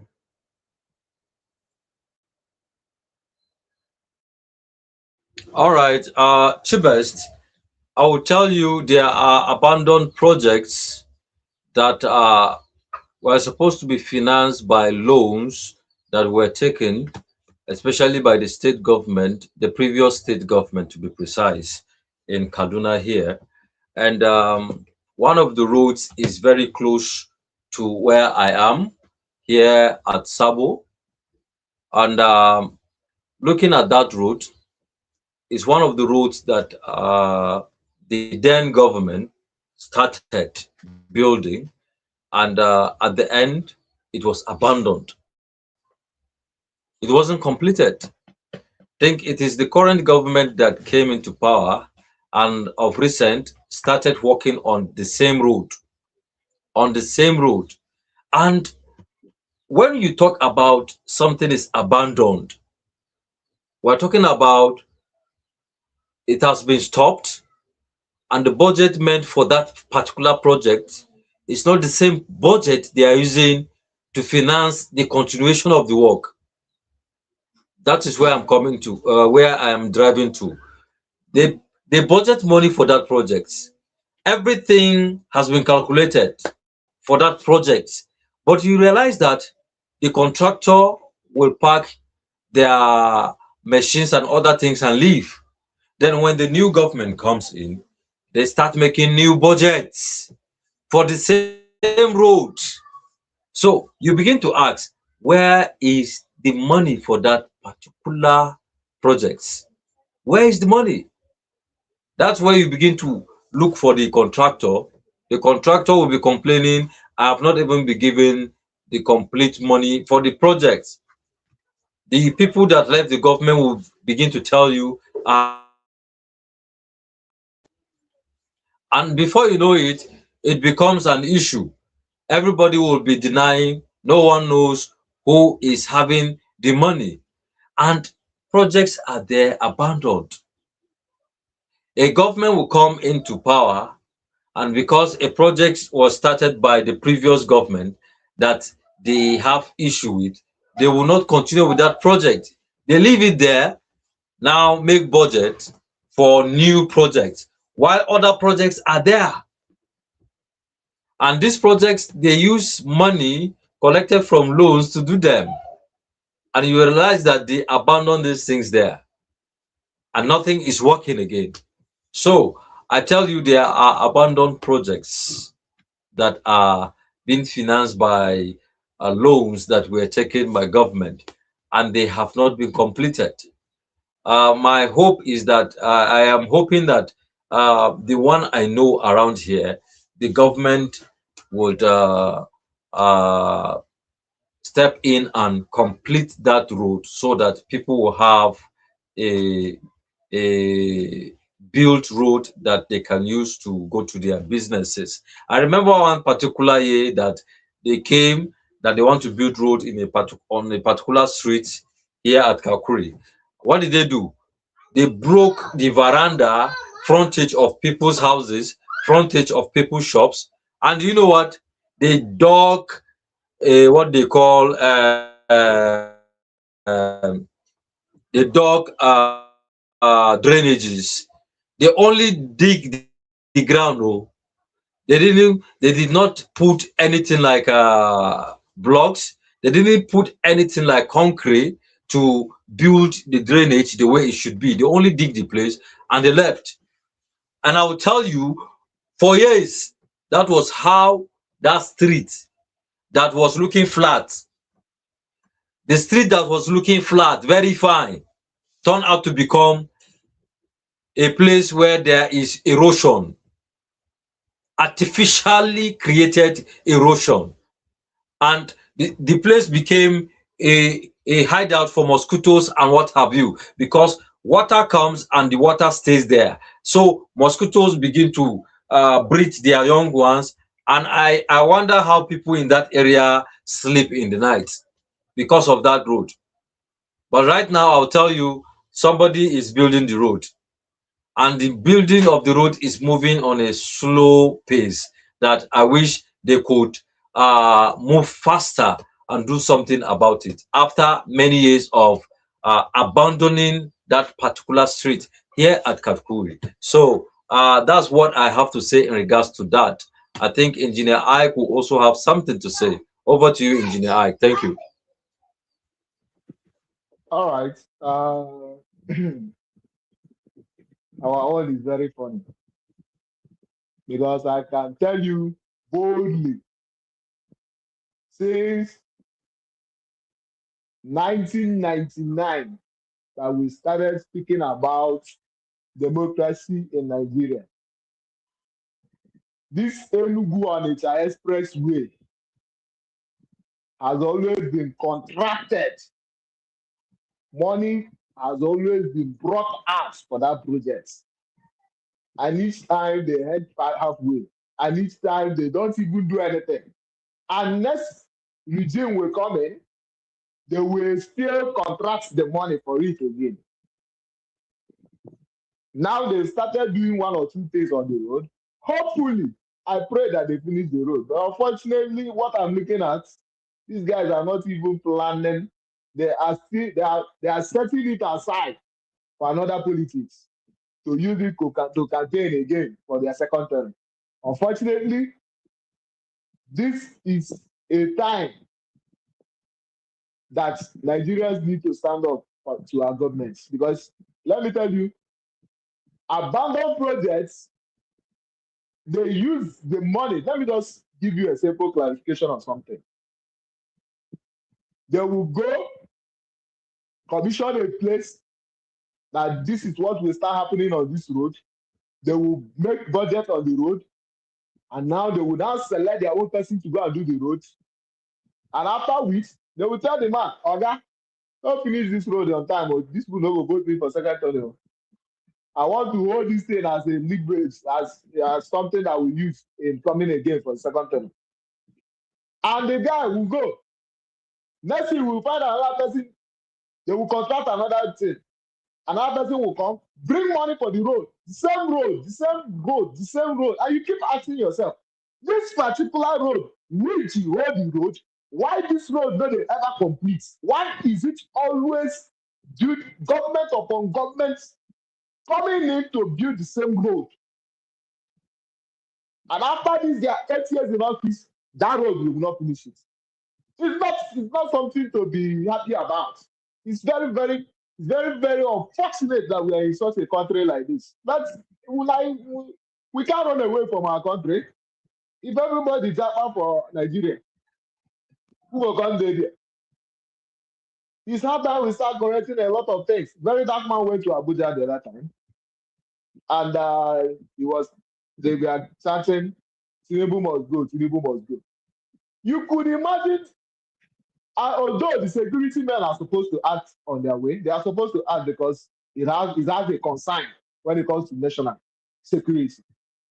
So they approached and they were like, look, this is where you guys can get to.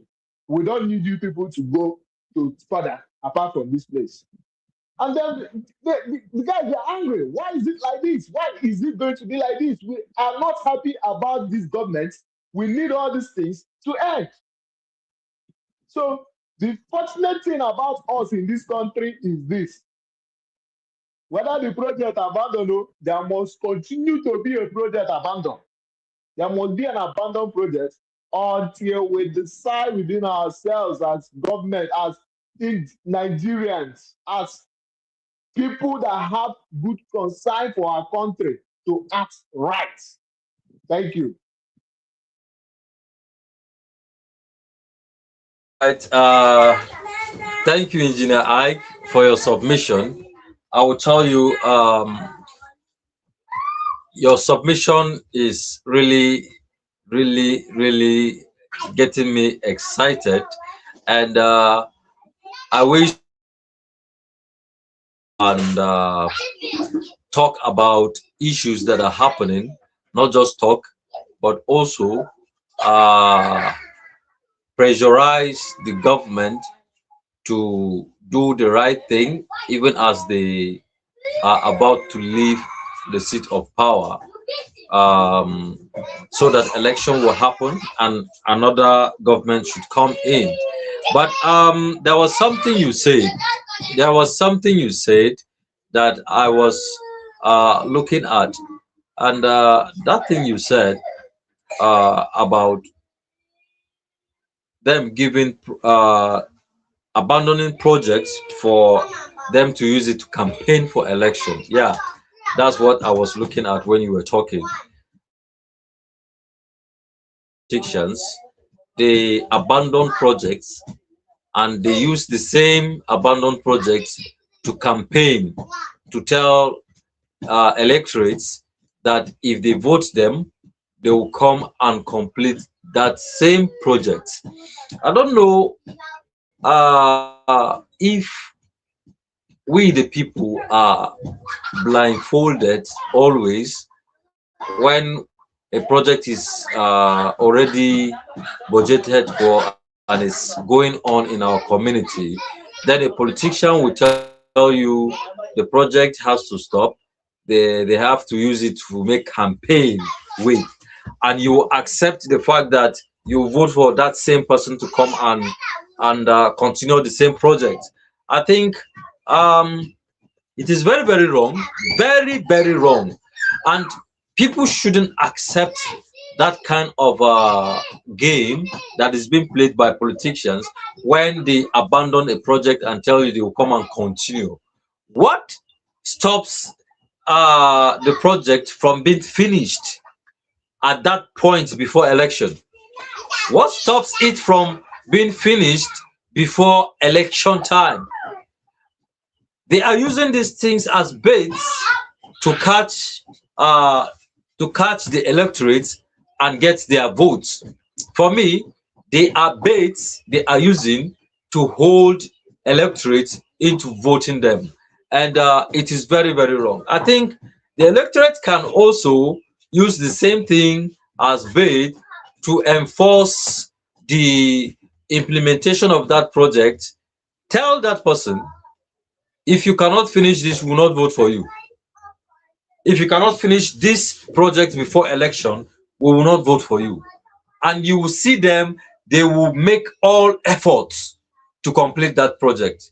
That is one thing I feel we should start doing, so that we will not always be seen as fools that can be used at any given time. This is a very simple thing. You started it, finish it. You must not wait for second term to come and finish it. No, no, no, no, no. Go for second time and bring more projects. I think that would be better than for you to do a project halfway and ask for a second term or third term for you to finish it. Then for me, such a person doesn't deserve second term or whatever term he may or she may be asking for. When you start a project, finish it so that the people will have a concrete reason to vote for you into same office, or perhaps ask you to go for a higher position. That is my contribution on that particular thing you mentioned. So thank you, Engineer Ike. Um, Chibes is not here, so I will continue from where he stopped. Okay. Um, looking at Nigeria, looking at Nigeria today, um, the risks. What do you say about the risks of debt dependence? What do you have to say about the risks of debt dependence? That is collection of loans here and there always, depending on collecting loans. What do you think about the risks of debt dependence? Thank you, sir. All right. I made mention of something earlier on that Nigeria will be colonized again. And why will Nigeria be colonized again? Because Tinubu is making that project of borrowing, making the borrowing as a project to Nigerians. Now, let me give you an instance. If you go to a borrowing app to borrow money, you are indebted to that app. And what does that app do? The app continues to call you. If you refuse to pay, they will sample your name, sample this and that. Now, Nigeria is in a very tight corner right now because how do you service your loan? How do you service the loan that you have been borrowing? The money you have been borrowing. I thought that when you borrow, you build something that will bring the money to pay for that. But Nigeria, Tinubu, let me not call Nigeria. You know, you are calling Nigeria, it's as if I'm among the people that is borrowing. Tinubu government is borrowing not to build, to service the loan, but to build, to satisfy their girlfriends and rubbish thing they are doing in the House of Rock and wherever they are, even in the Senate and the other House of Representatives. You don't build it, you borrow money. Most of us, I see, somebody was telling me that he came to an extent, he has to borrow money to finish up this project in order for, from there, he will start servicing the project, the loan he borrowed. That is the reason why we borrow loan. That is the reason why we should be borrowing loan. The Tinubu government is borrowing loan to service their wardrobe and service their debt. They are not borrowing loan to create a resources that will service that debt. So our risks, oh God, the risks they are putting us into, I keep saying it. I'm not sure that, in fact, not I'm not sure. First,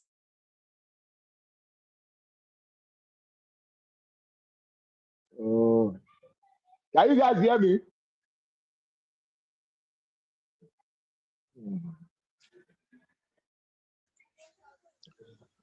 Can you hear me? Yeah, we can hear We you. can hear you. Continue. Network wanted to cut this powerful word from you, but It is Tinubu, they are the one firing it. Let them keep firing it. I am aware. And let them keep bringing it. Now look at the first, second, third, fourth generation cannot service the loan Tinubu is borrowing. How do they plan to service it? In what aspect? In what resources? In what avenue have they created?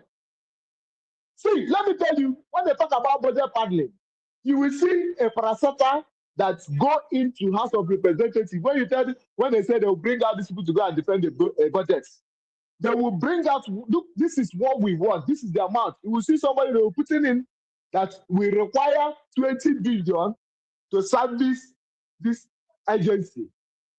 And because they want the House to accept that, you will see those in red chamber coming to say, please add this and we'll see it through. And once it's been done, you will not be asking yourself, Why would the House of Assembly say we make plans that this is 30, we need 20 billion to do this? And what we are hearing, they gave us 50 billion to work on this. Wow, we have a lot of money. Now, when you come to bring out the money, they will tell you there's an agreement. You will not go as out because you were there when they were saying it. You didn't counter it. And they will still give you your own to go and keep in the house. And I keep wondering myself, EFCC, are you people just for a particular people that are against the government? Is EFCC particularly designed, or ICPC particularly designed for a particular people that are against the government? So the actual fact is, where are we now know that EFCC is working, is that they will carry Tinubu. They will carry Akpabio. They will carry all those senators, those rows that we have as senators in the red chamber, and take them. In fact, if they keep them in their custody, that means there is a wire. They will take them to a place they are going to lock them up until they pay up those debts that are owing us. It's a very big challenge you are having, my brother. A very big challenge, which is only by the help. God is not going to come down to help us. I like what they keep saying. People say, God has given us everything that we need. All that we need to make this to happen. But when we keep holding our hands and be looking at God to fall from heaven to come and help us, He will keep laughing at us. So the actual fact remains that the risk of debt borrowing, as far as Nigeria is concerned, is a time bomb that has already been set in the near future. Thank you.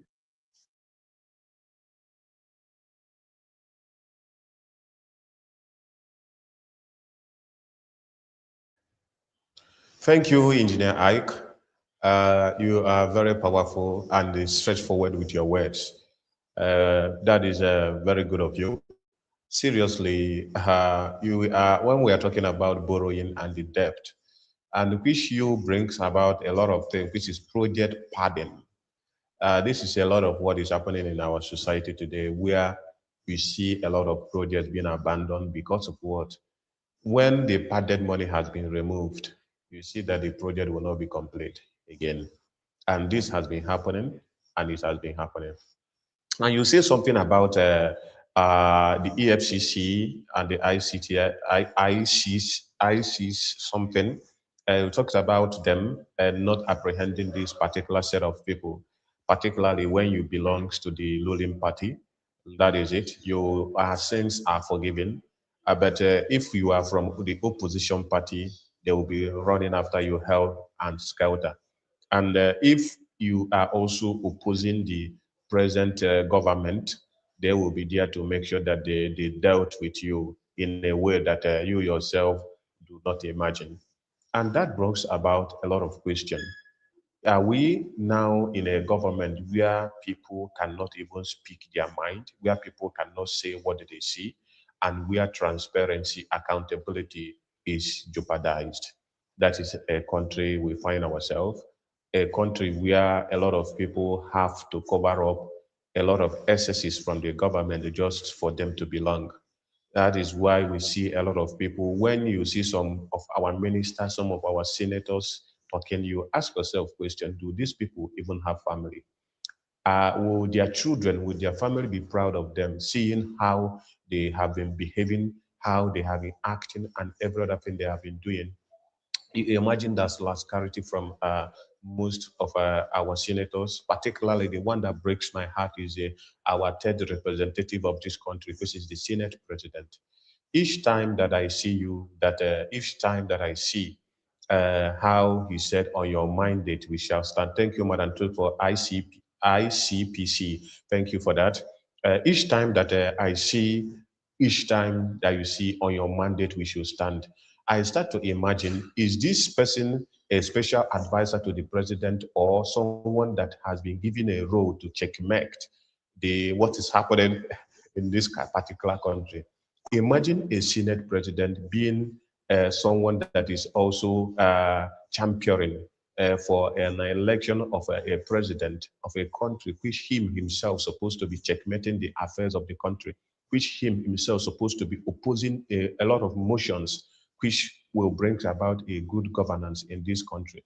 But because of his selfish gain and a lot of things, he neglects these things, and it has become a problem that is eating us up in this particular country.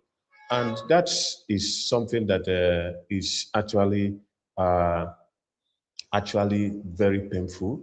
It's actually something that is very painful that we will have to start to ask ourselves question. Are these people actually for us, or are they against us? And from the every indication of things you have to see, you see that these people are not for us. They are for their personal self, which means they are against us.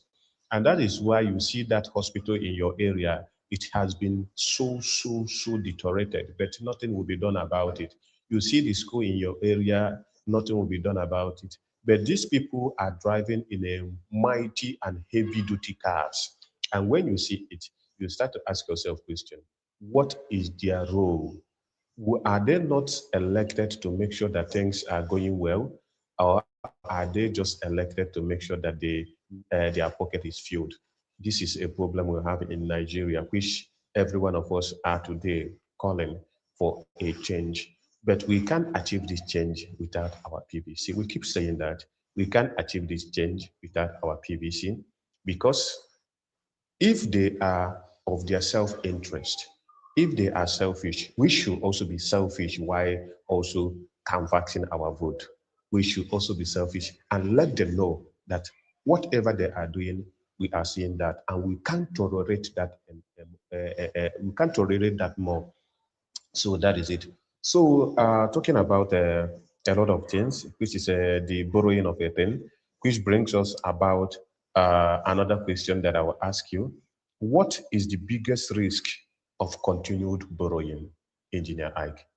You have said a little about it before, but I want you to also talk much more about what is the biggest risk of continued borrowing in this Nigeria, please. What is the biggest risk? All right. The biggest risk, it's like the biggest risk for continuing borrowing in this our country, Nigeria, without creating something that will service the loan, is that Nigeria will keep deteriorating. If you imagine, you can imagine. I could remember very well about Ghana must go.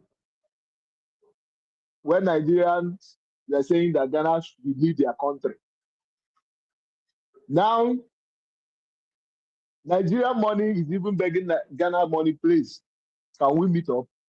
And you find out that most things, the economy of Nigeria are deteriorating every now and then. You are borrowing to feed your useless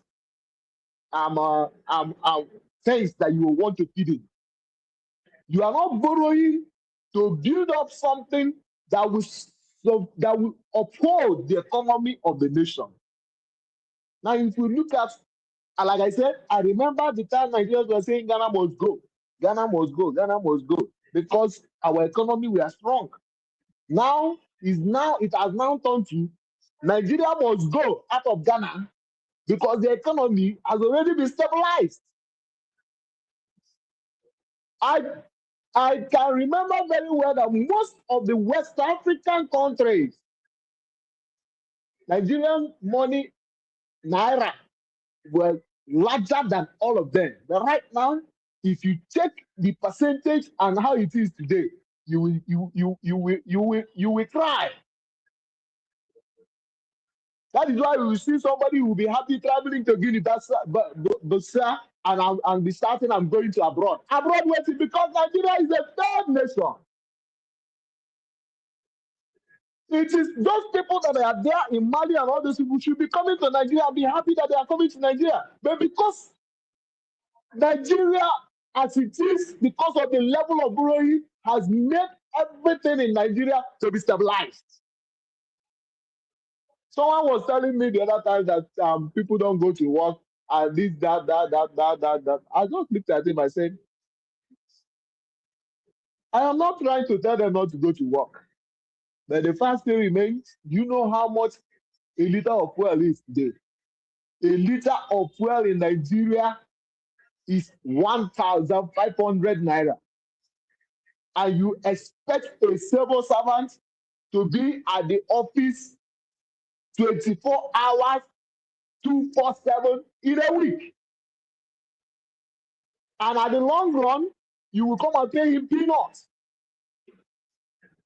Even to pay, unfortunate thing, even to federal government to pay the minimum wage is a problem to them. Up till now, they've not been able to pay the minimum wage they promised the civil servant workers.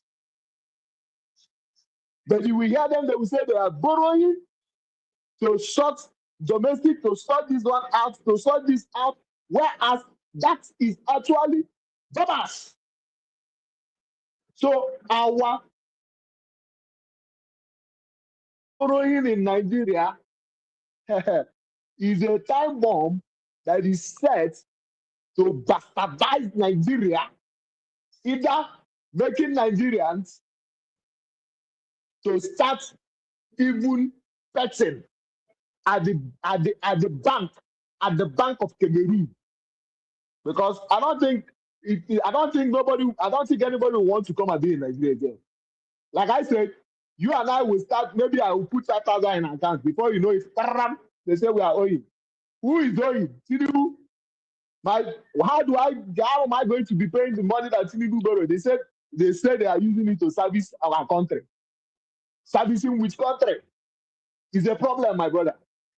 A continual borrowing of this government is a very big problem to us in Nigeria. And like you said, it's not about going to get your PVC. Now look at the issue at hand. There was a time you guys were discussing about INEC and stuff. I said, for us to get it right when it comes to INEC, INEC should be an independent body, not selected by the president. The president not to select the chairman of INEC, the president not to have any power over INEC. That is when we can get it right in this country. But the first thing remains, we will not give up, because our PVC is our right and is our power to say, die, we don't tire. They will bring in ethnicity problem, religious problem. They will bring all manner of problems to scatter us as one Nigeria. They will tell you this one is from Southeast, this one is in Yamili. How will you allow Yamili to come and do loss? Or this one is Aboki. How will you allow Aboki to come and do loss? Or this one is Open Manor. How will you allow Open Manor to come and do loss? They know very well that when they bring this thing inside us that are Nigerians, that are the civilians, that are Nigerians, they will scatter us. Now, if they see that is not working, they will bring up the issue of religion. That this person is Muslim. I was laughing when they say Tinubu Muslim, Tinubu is Muslim, Shetima Muslim. That is a problem in Nigeria. I said, look at these people. You are not talking about the competence of somebody that is coming to rule. You are there busy looking at the religion. So the religion of a thing, they will bring it in to scatter us. Guy, you are a Muslim, how will you allow a Christian to rule you? Yeah, you are a Christian, how will you allow a Muslim to rule you? It becomes a problem. I want us as Nigerians to begin to understand that these are the tricks they have been doing every time and then, and we keep ignoring it. Is that time we come out to bring our PVC? Oga, whoever you feel that is capable to rule this country, you go and vote it. As far as I'm concerned, I don't want anybody to vote Tinubu in. Tinubu has come to kill us. He promised within himself to kill Nigeria, because I don't see a man that will be borrowing and be borrowing and be borrowing and be borrowing. And what are you trying to tell Nigerians? If they ask you, say, that is the language. It's quite unfortunate, my brother. Thank you. Actually, it's very laughable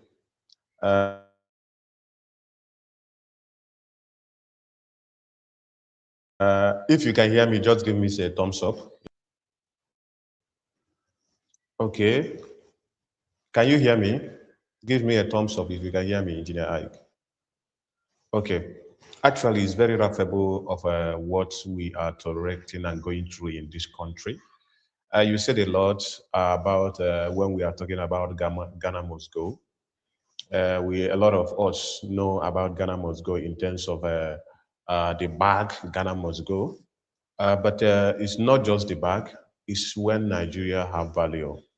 There was a time we are talking about value. This is not something that was about years back. I remember in 2015, we have dollar against 190 against 250. You get it? That was between 190, 180 to 50. That was in 2015. And 10 years after, fast forward, dollar is now 1,003 plus 1,000. So certain times it was 1,008. Imagine that. It's not something that actually happens when we say that it's not in our existence. This happened in our crocodile eyes, and it's so pathetic. Talking about our Ghana must go, talking about the value of a lot of African countries. We always brag that we are the giant of Africa, Nigeria, but now I don't even know if we are the wizard of Africa. I don't know about that because if you check what is happening today, people are proud. When someone go to Ghana, he will say, yes, I am in Ghana, I am in Ghana, I am in Ghana. People are giving Thanksgiving. People are going for a lot of ceremonies to say that they traveled out of Nigeria. Imagine someone is in Madagascar. Madagascar. Somebody will travel in Madagascar and be telling you, yes, I am out of Nigeria. Someone will travel to Congo. Someone will travel a lot of places outside Nigeria. And people are proud to tell you and beat their chest that yes, they have left Nigeria. And today, a lot of us are complaining and crying because of the xenophobia happening in the South Africa today. Do you think that if our country is working well, and our economy is good like South Africa, do you think people will want to run away to go to South Africa? Do you think people will want to run away to go to Ghana? Do you think people will want to run away to go to Uganda, Congo, Kenya, Madagascar? Do you think people will do that? People will not do that. Do you think if our country is working like America, people will want to go to UK? People will not want to do that. A lot of people will want to stay here because they know that things are working well. But because of these things are not working, we see that every person's dream in Nigeria, every person's dream, most of the youth, me and you that is here talking, is to jabba out of Nigeria. And on that note, you see that a lot of things are happening. Even in the case of Japan, people tend to meet their debts. Imagine that. So I will tell you that a lot of things have been happening that brought about us to talk about this particular topic. And when we say go and get your PBC, we are not talking it as a joke or making it a joke. We are telling you it's high time we rise up to this impunity, to this rascality, and to this wickedness, and to this corruption today. Because we said our destiny is in our hands. And this is a very big opportunity for us to utilize our destiny by making sure that we do the needful. So while we continue to engage, the question I ask is what is the biggest risk if this borrowing continue? And I will tell you that a lot of things are at risk. One thing is that a time will come when me and you will start to do what? Ask question, what is happening to our money? Today, in the bank, if you wake up, if you do transfer, somebody send you, some of the banks, when somebody send you 50,000, you end up getting 50,000. When you check your balance, you see 49,000 plus. It's not up to 50,000 again. Imagine that happening. And your money is being deducted at every slight thing. When you do transfer, your money is out. When you buy data, there's nothing you do that they don't take money from you in this particular country. And that is because we are trying to service our debts, and the citizens are paying it indirectly without them not even knowing that they are paying for it. That is what is happening. And Dog, I want to push the question to you because you may have been listening, but you can also contribute to the family members. What do you think is the biggest risk if borrowing continues? What do you think? Thank you. For me, the biggest risks if borrowing continues is the fact that we will not be able to uh, settle this particular debt, which will turn us into um, which will turn us into um, will become, let me say, will become like slaves to those we are owing, because we will not have a say of our own. And at the end of the day, it is their bidding that we will be doing. It is what they want that we will be doing. So it will enslave us, to be honest. It will enslave us. And we will not have the opinion of our own, we will not have a voice, so to say, when it concerns issue that these same bodies or organizations we take loans from are involved.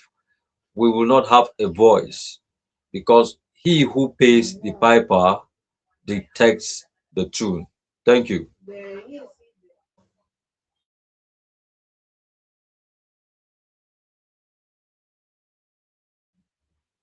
Okay. So please give Thank me you for, yeah. a problem.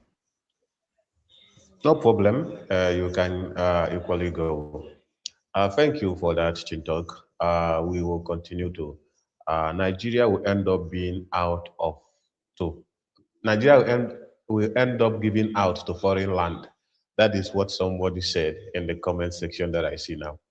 And we see these things coming to happening because if you imagine the money we have borrowed, we are talking about borrowing starting from 1999 to date. Nigeria has been borrowing. I imagine how this money has been paid back. And I don't even know the why these people continue to give us this money. I keep asking this question: why do these people continue to give us this money? And that is another question that we have to answer. But before we go there, I have another question. You have been talking about that Nigeria has a value before.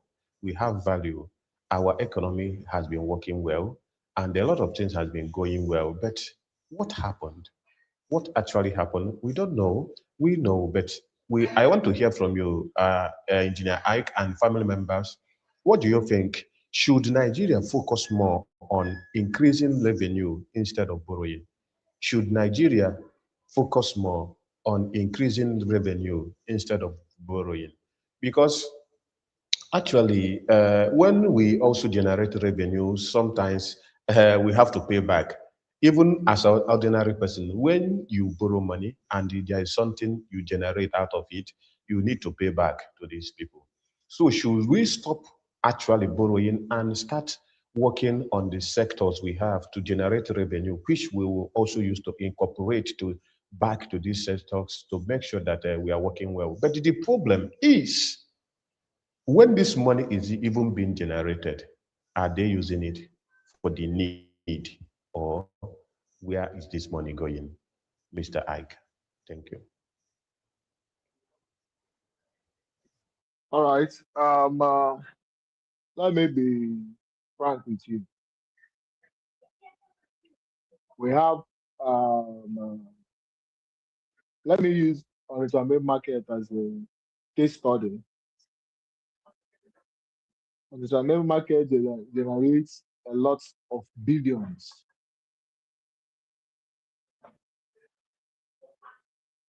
internet market generates a lot of billions, and so other areas where Nigerian government can get money to work on our nation. But like I said, I don't mention countries borrow. They borrow to build something that will service the loan. Even America as it is, America do borrow. They borrow to service nation, to service something that will be paying back the loan. You build something that will be paying back the loan.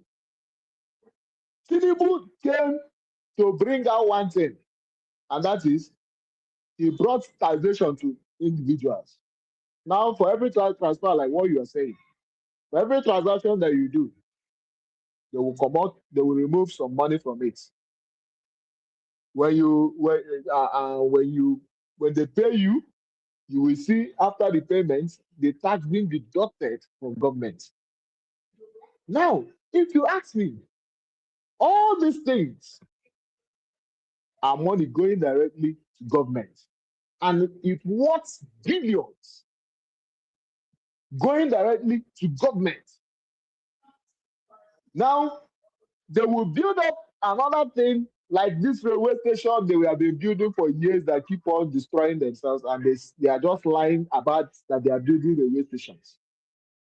These things are avenues that you create, that are revenues that you create to service a nation.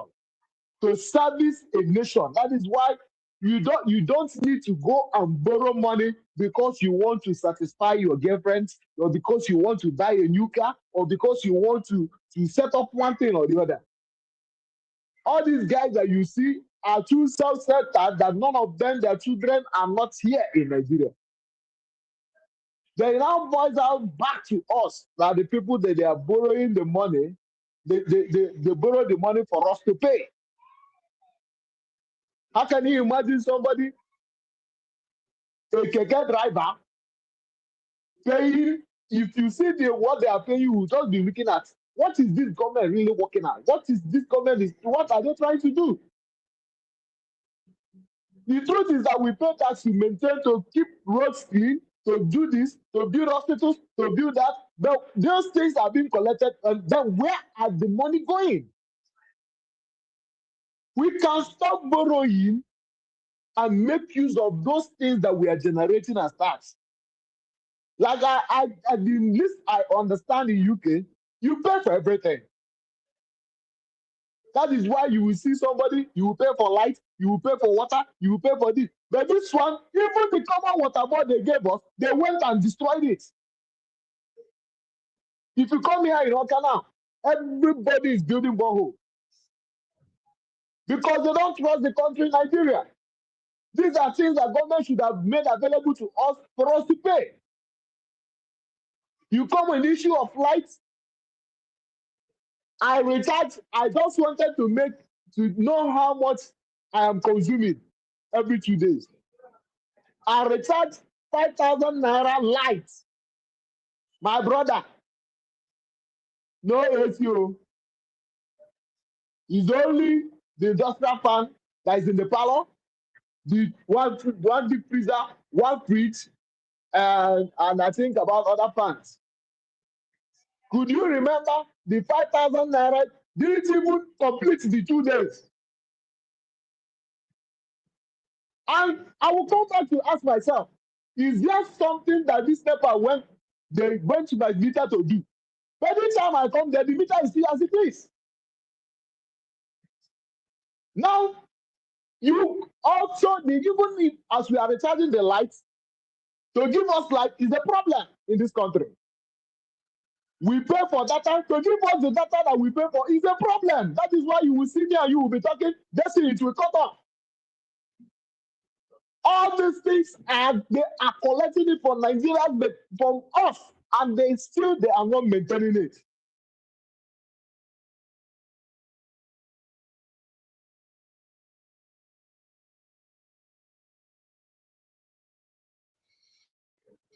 Talking about the data has do what he is always good at.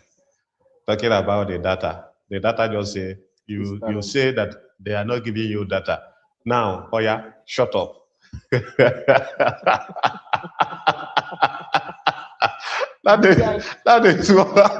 is what the data said. The data say, oh yeah, now me they say I know they. Oh yeah, shh. But it's funny. It's very funny. This country, eh? My God. It's actually funny. It's very terrible. Eh? Are you talking about light that you pay for NEPA bill? You won't see the light till the month elapse. Hmm? Next month they will come and ask you to pay for NEPA bill, and when you didn't pay, they will start to say that you are owing. Imagine that. Imagine that. So it's funny, but this is very painful. Please, I can continue.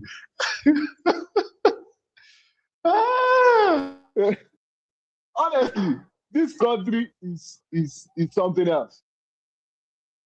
You are collecting money for a keke driver that you are going to do the roads for them so that they will be driving safely and they won't be walking on their keke every day. I entered one keke one day. I even pitied the man that was driving the keke.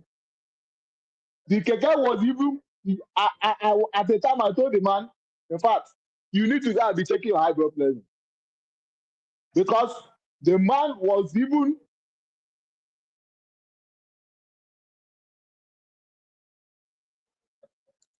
if not for one thing, honestly, yeah, if not for one thing, the man, I hope you can hear me, best. That's what. Hello. Continue. I can hear you. Continue, Engineer Ike. Continue. All right. I said the man that I entered their keke. At the time, I pitied the man because I even have to help him to push the keke out of the road. What is the reason? He bought fuel 1 liter. I was hoping that the 1 liter will last at least 3 hours for him because he believes that he's driving keke. Unfortunately for him, I don't know whether it was whether it is straight well or so. The keke didn't even. It was a terrible thing that day. Now you find out that everything that Nigerians are paying for, the government are not doing it. Everything that we, the Nigerians, are paying for, the government are not doing it. They are only there to find one thing or the other to tell us. And tomorrow they will come to propagate rubbish to us. It's very quite unfortunate. And they said, build the youth, build the nation. That is the slogan of National Youth Council of Nigeria. They said, build the youth, build the nation. Scatter the youth, scatter the nation. Now, I don't even know what is happening. The youth in power, they will go out there and give them money and they will be silenced. So, my dear brother, this nation, revenue will help to service this nation very well, not borrowing. The ones they have, the trillions they have borrowed, even if there's anything called zillion or stillion, the one they have borrowed, they should use it to do things that will circulate and service those loans they have been borrowing. Thank you.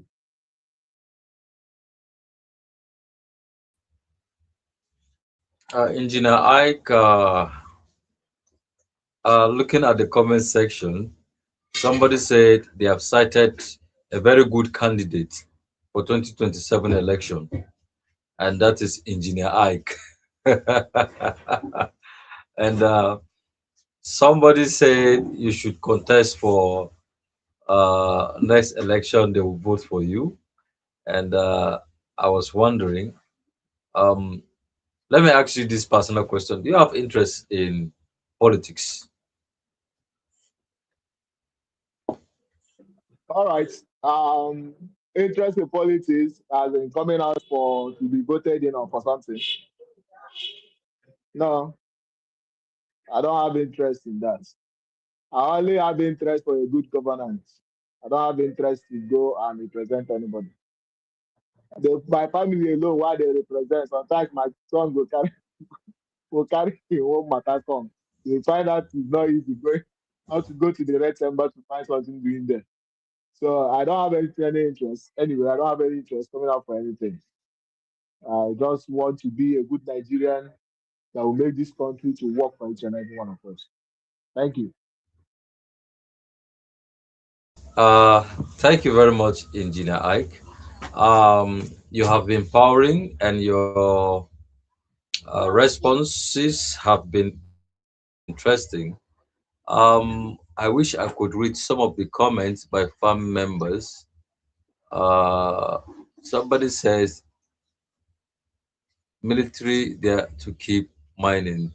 Okay, I think the comment is very long. Okay, let me face the what we are doing here so that we can continue. All right. Looking at the rate of borrowing in Nigeria today, it's affecting Nigerians in so many ways. In so many ways, it's affecting Nigerians. And one of the ways is when we talk about the uh, purchasing power of Nigerians, they are losing the power. When I talk of purchasing power, you know what I mean. The ability to buy even in large quantity. These days, you realize people cannot buy much goods with the plenty money they have in their possession because of inflation. Inflation has affected the purchasing powers of Nigerians, which leaves them with fewer goods, using much money or plenty money to procure these fewer goods. So, I want to ask you this question. Uh, do you see any form of improvement in the purchasing power of Nigerians if the government continues to take loans from World Bank and other countries and organizations that are willing to give them these loans? Do you see Nigeria's purchasing power improving? Thank you very much, sir.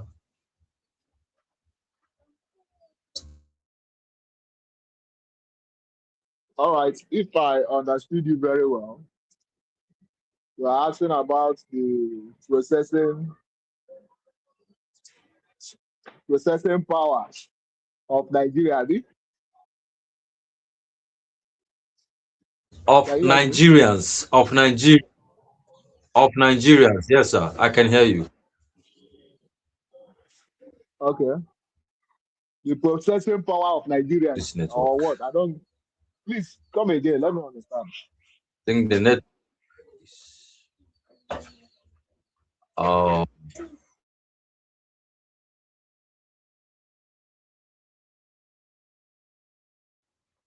Okay, I think network is holding allergy captive, which is another problem we have in Nigeria, the network issue. Uh, this is another problem we have, and we'll keep working with on it to make sure that we are good. But I think we have been saying a lot, asking a lot of questions. I was Engineer Ike say something that every country borrowed money, but the problem is how this money is being used. That is the question: how this money is being used. Because on our own end, we are talking about that they are not using the money judiciously how it should be. And now I want to ask you a question, Engineer Ike. What project will you prioritize if government are to borrow money? What project will you prioritize if government are to borrow money? What project will you think the government should do if they are to borrow money. Thank you. And family members, please, what project will you prioritize if government are to borrow money? Can you hear me, Engineer Ike? If you can hear me, let me know. Yeah, yeah, okay, you can say your own view. What project do you think government should prioritize are to borrow money if they are to borrow? Thank you.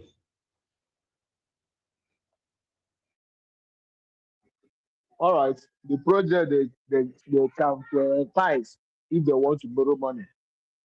Now, we have been focusing more on oil, crude oil. Everything about Nigeria is crude oil. Everything. If you go up and down, they talk about crude oil. And they borrowed money to build refineries, which is good, which is good, because it's the same refinery that will still service the loan. But the fortunate thing is because money, the refinery is not functioning as of today. Now, there are other areas where we can prioritize, where government can prioritize when it comes to borrowing money. Agriculture is very, very, very important. If Nigeria in agriculture, it will go a very long way in this country. We shouldn't be going out to go and be importing rice, beans, tomato, for apple, all those dangang things. Nigerian government should create hectares. They have hectares of land they can invest money into farming. Nigerian government can invest money into farming that will feed the nation without the nation going out to do what to go and import anything. This in Calago limestone. Nigerian government can invest in limestone. Nigerian government can invest in coal that is in coal city, in Enugu State. And there you can get the thing are all in Plateau State, in Plateau State, yes. There are resources, there are natural resources that we have in this country that is going to bring more and more of revenue for this country that Nigerian government need to prioritize their borrowing into, especially in this thing of a thing. In this where is it? What's it called again?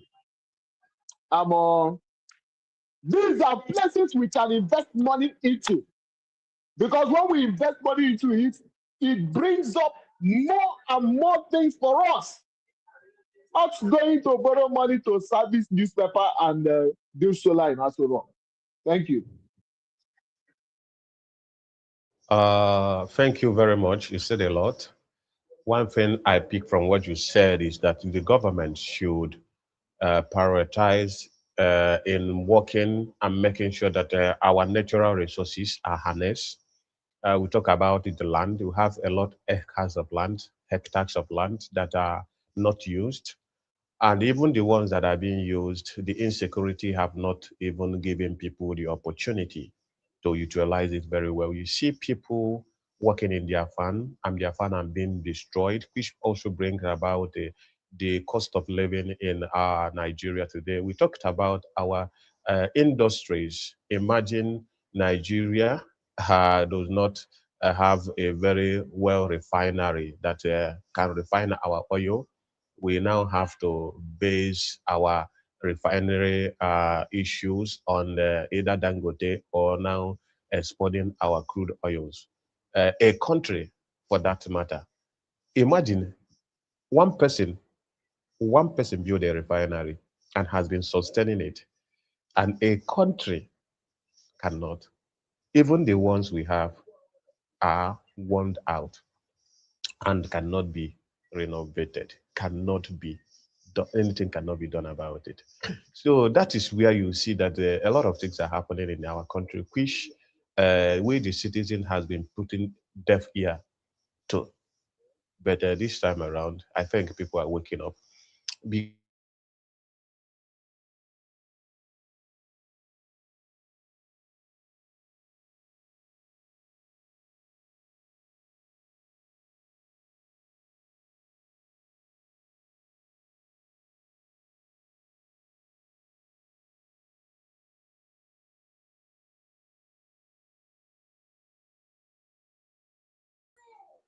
All right, farm members, I think Chibes is freezed or something. Um, he may be having a challenge with his network. Engineer I, can you hear me? All right. Thank you, sir. Um, Sorry, my sorry network about has that. been I disturbing, think and I had to do I something think to fix it. a call came in. All right, So a right call up. came into my phone. Uh, yeah, a call came into my phone, and that is what happened. And actually, you are talking about the Encalago limestone, which can be used to manufacture cement. You get it. And we'll talk about the Enugu coal, the coal that is in Enugu. We talk about the gold that is in Zamfara State. We talk about a lot of resources that is in Nigeria, the cocoa, and a lot of them that is in Nigeria, which are not well managed. Because these particular resources, I will tell you, there are people that are illegally mining them, and they are not managed well. Everybody, even the crude oil, the petrol we talked about, the crude oil we talk about, it is illegally mined. A lot of people are illegally mining it still on that. And these are top government officials, army generals that are doing it, and nothing is done about it. So you see that there's a lot of things where this particular money that we are borrowing should be put into. But the question is, are we putting it into that particular places? So that is the question. The question is Chin Talk. I don't know if you are listening. What project will you prioritize if government are to borrow money? What project will you advise the government to prioritize on if they are to borrow money? Thank you. All right. Thank you, Chibest. One project I want government to prioritize is small scale businesses.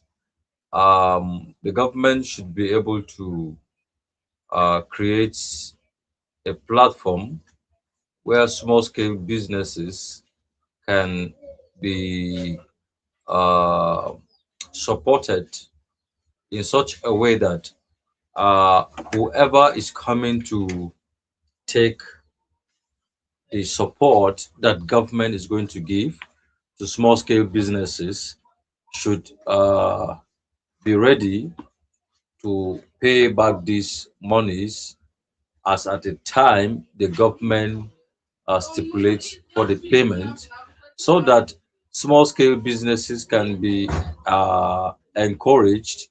You know, we have much unemployed youth in the society today, and there are so many that have ideas of what to do, but the funds are not there for them to start what they want to do.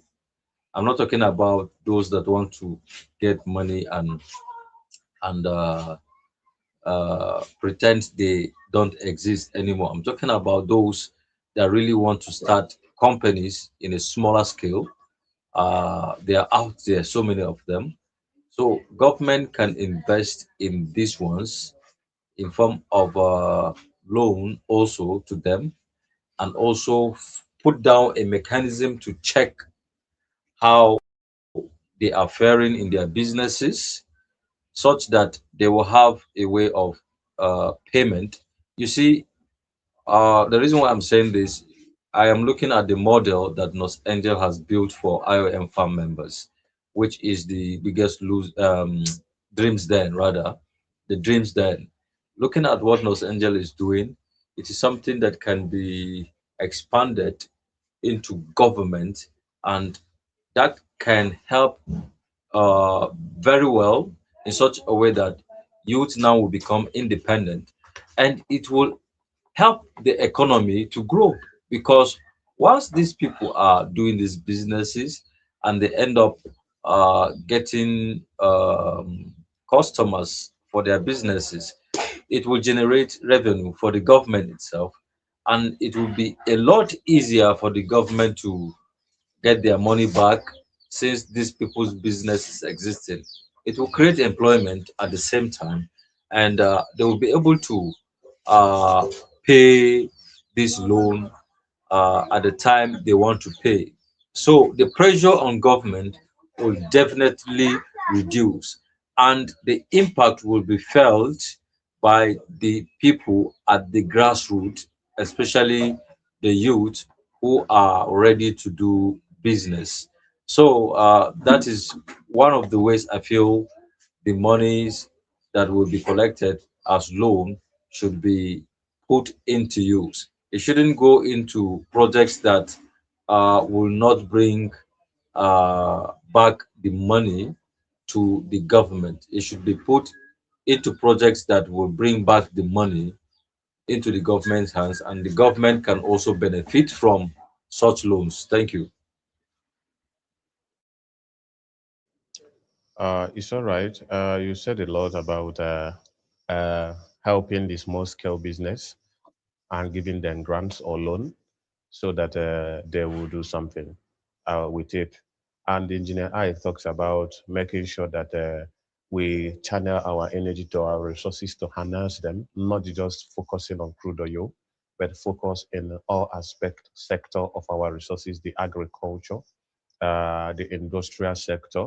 We have to revamp and make sure we harness everything so that our revenues will now start rising instead of borrowing money. And you talked about giving grants to small scale business. There are people that have a lot of ideas, as you said, but they needed money to make these things happen, which they don't have.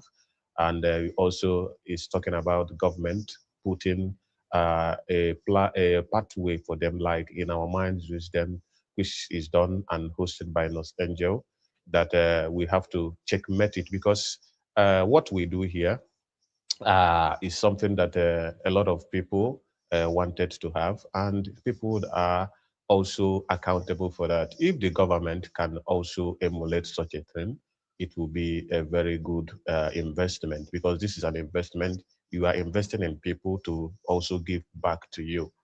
So that is very good. And that brings me on to another question because you talked about the rural, you talked about natural resources. You talk about also investing in small scale business. And some of these, I will tell you, some of the resources we talk about, our raw materials, a lot of them, which we talk about, are in rural places. And which brings me to another question. And some of these people that are also clamoring for this small that have this small scale business, and or some of them are in the city, some of them are in the rural places. Which brings me to another question: Are borrowed money, are these borrowing funds reaching the rural communities? Are these borrowing fund, are they reaching the rural communities? Are this borrowing fund, are they reaching the rural community? Because when you talked about Nkarago, when you talk about the coal mine in the Enugu state, these are not in the major cities. They are in the village. And we borrowed a lot of money to say that we are building road. Have you built roads? Have you built railways that meet up to where these particular raw materials are? Or are we just focusing on things that, or are they for, because we can't say we, because we are not the one making the rules. Let me make it clear.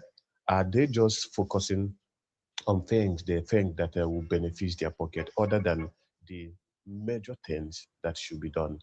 Because I was listening to a podcast by someone who says that if you look at even the road that these people are building, if you look at it, you see that when they wanted to build the one that leads to their place, they build it and it's very, very good. But if it's for other ones, they will do what we call China road for you and all that. So, and which brings me to another question. Are these borrowed funds, are they reaching the rural communities? Are they reaching the rural communities? Engineer Ike, you can talk. Why Chin talk also say one thing or another. Huh. You and I are very aware that such money, if it is going to the rural area, are we going to be complaining? Pa, pa, pa, pow! We can't. Why did I say so? If actually government are ready to borrow money to develop this country, by now, places like I'm where is it called? I'm Indian Abiwesi that you call her, should have gotten light by now. Should have had a working transformer that will be giving them light by now. The unfortunate thing about this government is that the borrowed money is not going to any place. Rather, they are servicing apartments. The borrowed money is not going to any place. That is why you can, up till now, you will see a rural area, the roads are very damaged. I was going to Abuja, sorry, I was going to Jos. I was driving to Jos one day, getting to, immediately after Obolafo, when you're getting to Tipa and the rest of them. My brother, the back of my Sienna, that's bomber, the back of the bomber, good. If you see the road, God of mercy, right?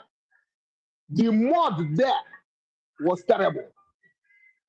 And when I saw a trailer carrying load of goods, sell, and I was like, how are if this big motor fall for this kind of place? What do you mean this land I go do for here? But I just keep on managing myself. It's a federal road, my brother. And David Mark has been there at the Senate clamoring that he's using the money when he wants to come back to his house. He will enter a helicopter to drop at his home. That major road, he has collected money to work on that road.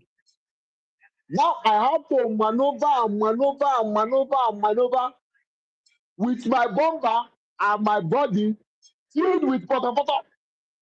I have to tie the bomber on top of the car in order for me to move away from that place. And that is a place because the Denmark refused to do the needful. They had been that road should be okay. Let me shock you. They keep on telling you, there are villages today, if we develop their roads, they will be bringing in food for people. But because the roads are so bad and the transportation to bring those food down are very bad. This, like here in Oka, if you go to a Oka to purchase to buy Gary, it will be on a higher price. But once you decide to go inside the villages to get those Gary, it will be cheaper. But for them to come down to Oka to come and sell those things, because of that road, they find it difficult to come and the transportation are high. So if governments they are able to borrow to build those roads, it will be easier for them to come and the transportation will be reduced. So rural area are not benefiting from borrowed money they are borrowing. Tinubu and his entourage of senators and governors are eating the money with their girlfriends. Thank you.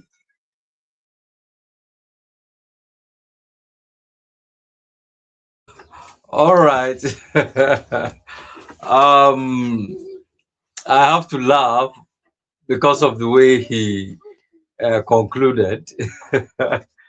Honestly, I would say that the money they collect as loans, uh, the monies are not reaching the rural areas. Uh, that is to say, you see schools in rural areas, they are dilapidated. You see roads, they are not accessible. If you must use a car, the roads are not accessible. You see the life they are living there, no electricity in some of these rural areas.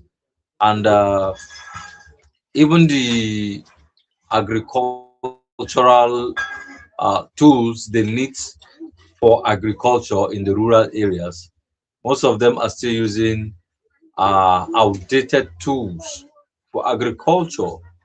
You hardly see people using tractors in the rural areas.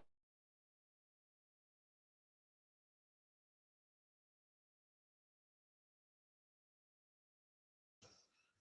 You are muted, Chintalk. You are muted.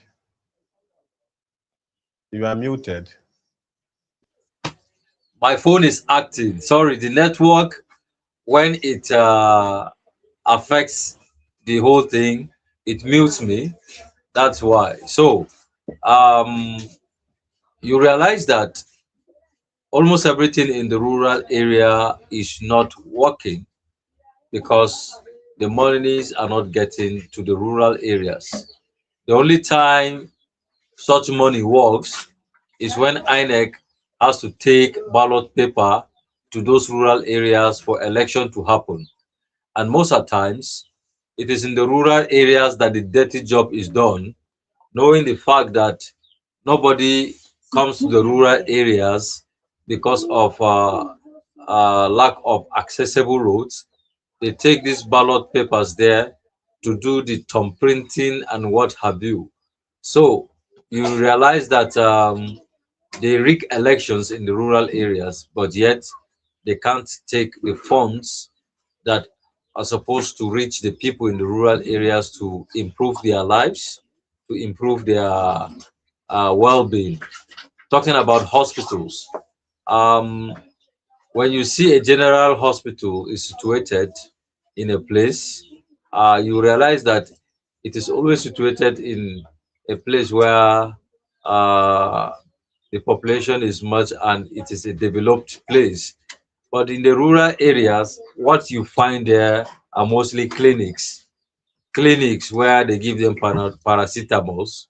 And if there's any critical condition of a patient happening, they have to find a way to move the person to the general hospital. I saw a picture today. Maybe after this program, I will share the picture with you. A woman that was being taken to the hospital from a rural area. She was really on an emergency. You know, when somebody is sick to the extent that the person falls into coma and they are using what do you call it, gas now to support the person's oxygen, rather. Thank you. They're using oxygen to support the person's ability to breathe. You know that it is a critical thing. I saw the picture of this woman. She was, can you imagine, ambulance? You mean there cannot be an ambulance from the general hospital where they're taking her to that will come and pick her, such that she will be placed on a what do you call it now? This thing they carry patients on, so that she will be placed on it and comfortably put on the ambulance bed inside the ambulance that it will take her to the hospital. She was in a public car, sir. A public car. You know all these small cars. The front seat, they have to bend the passenger seat at the front seat and put her there with passengers at the back seat. Can you imagine? And that car was loaded. It was like it was in a park, and this woman was having oxygen on her nose. She was looking like she's about to die. And you will tell me the money they borrow from rural areas, the money they borrow from other organizations, they ensure it reaches the rural areas. No, I don't think so. I don't think so. So, in my own opinion, the monies they borrow don't reach the rural areas. Thank you.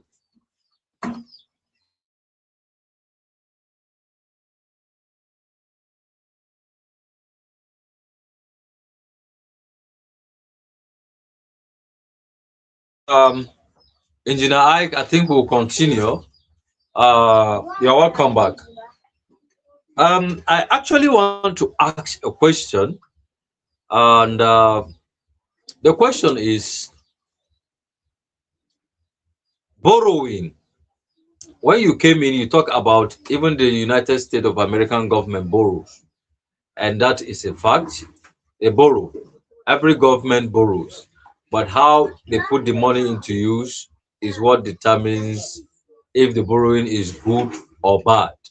So, I want to know, sir, is borrowing of money or borrowing of funds by a government a sign of economic strength or a sign of economic weakness? Is borrowing by a government a sign of economic strength or a sign of economic weakness? Thank you, sir. Especially Nigerian governments. Thank you. Our reference point is Nigeria. As far as I'm concerned, our Sorry, borrowing sir. is the sign. 1 minute. My mic is not loud. Sorry, my speaker is not loud. Let me just opt out and come back quickly while you continue. Thank All you. right.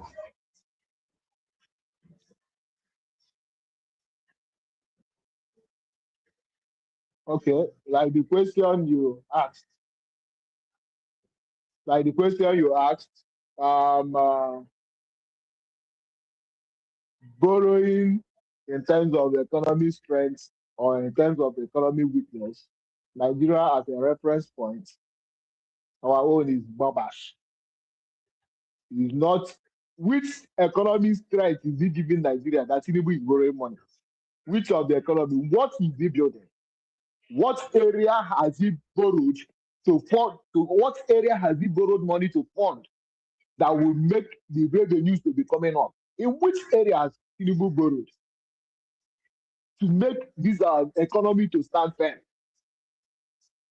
You said you talked about refinery. Is the refinery working? Was it started? He wasn't the one that even started the refinery. What am I even saying? You keep on borrowing money. The borrowing that has been happening in Nigeria is a drastic economic damage. It is that in Nigeria. The economy is scattering all their economy. Because what is he borrowing for? You will go and make an agreement, have an agreement with them, and they tell you this is what they want, and this is what they want, and you accept in order for you to get the money you want. Now you will fall back to our nation, telling us you want to borrow this, you want to borrow that, you want to borrow this. No, no, Tinubu, this is what is going to kill the economy of the nation, Nigerian nation, very, very, very, very well. Because the borrowing is not being put into where it will generate money to service it. It's not being put into the refinery to start making the refinery to work. It's not being put into steel and oil to make it to work. It's not being put into limestone. It's not being put into different areas and natural resources of Nigeria to make it to work to start servicing those loans. So it is very drastic damage when it comes to Tinubu borrowing money in Nigeria, borrowing money to say that he's borrowing to maintain a particular thing in Nigeria. And we are still where we are today. My dear brother, as far as Nigeria as a reference point, borrowing for the economy to be strong is a lie. It's sham. Is Wayo is overall Cento. Thank you. Engineer Ike, you have said a lot. One of them is what this particular government is doing when in terms of borrowing. I don't know, Chintok is many now. Which one is he? Yeah. Okay. I think the network is making you to be duplicated, Chintok. And that is the essence of borrowing. You must have borrowed data to go live.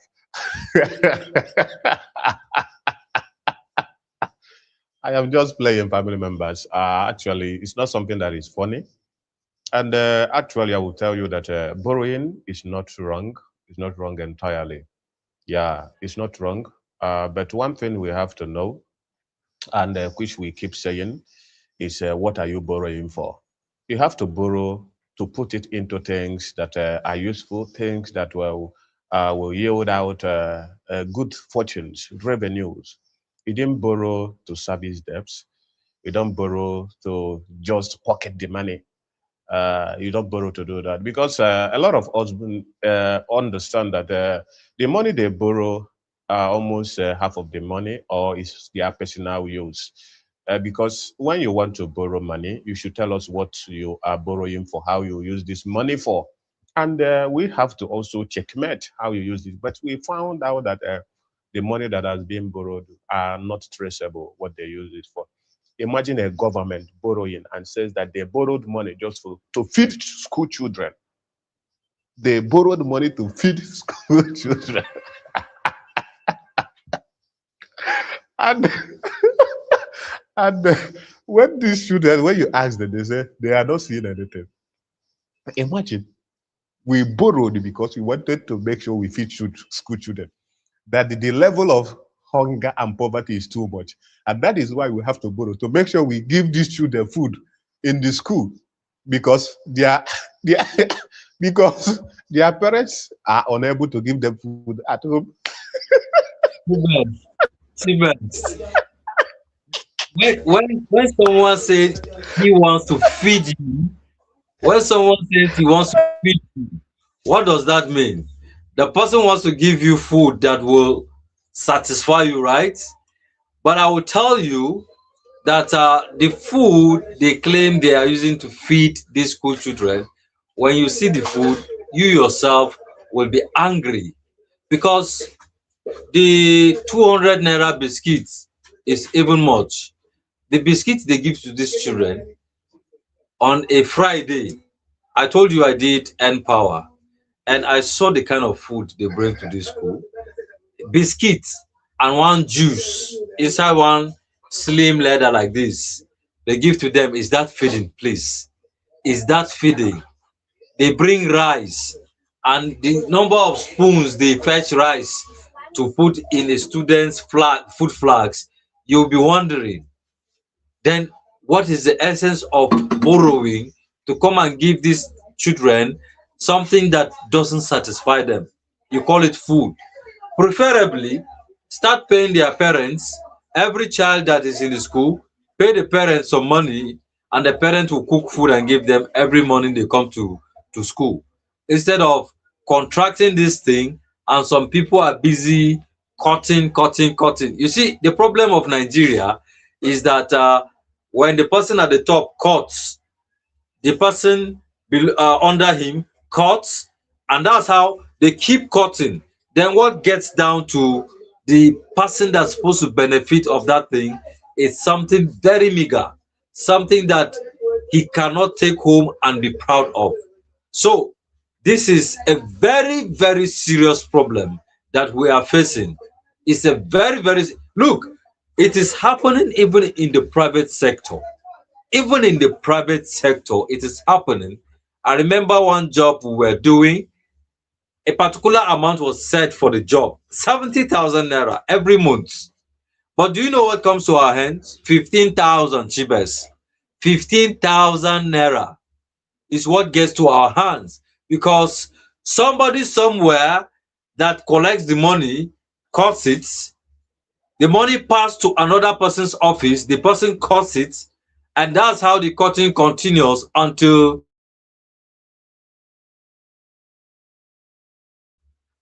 When it gets to us, that is when we have the remnants. So we are the ones doing the work. We were the ones doing the work, but the people eating the money, my brother, they are there. 70,000 naira, and I end up getting paid 15,000 naira. That was a very terrible experience I had when I was planning to go back to school. It was a very terrible experience, and I had to work to gather money. But I will tell you that Nigeria, we have that problem. Individuals, look, people don't have opportunity. If people have opportunity to be in those positions, I think some people will even do worse than what we are seeing. But we can get it right. We can get it right when we decide and remain steadfast to our decision that this is the change we want, and it will happen. Thank you.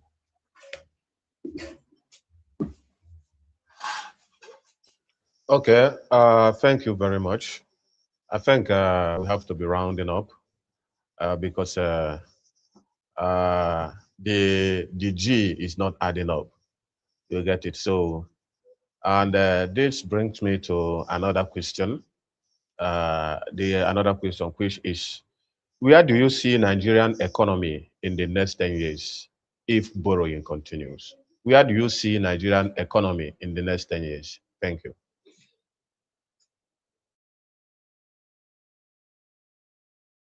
I see Nigeria government, Madagascar colonizing us. If we keep on borrowing in the next 10 years, Madagascar will colonize us. They will come and help us to manage our economy.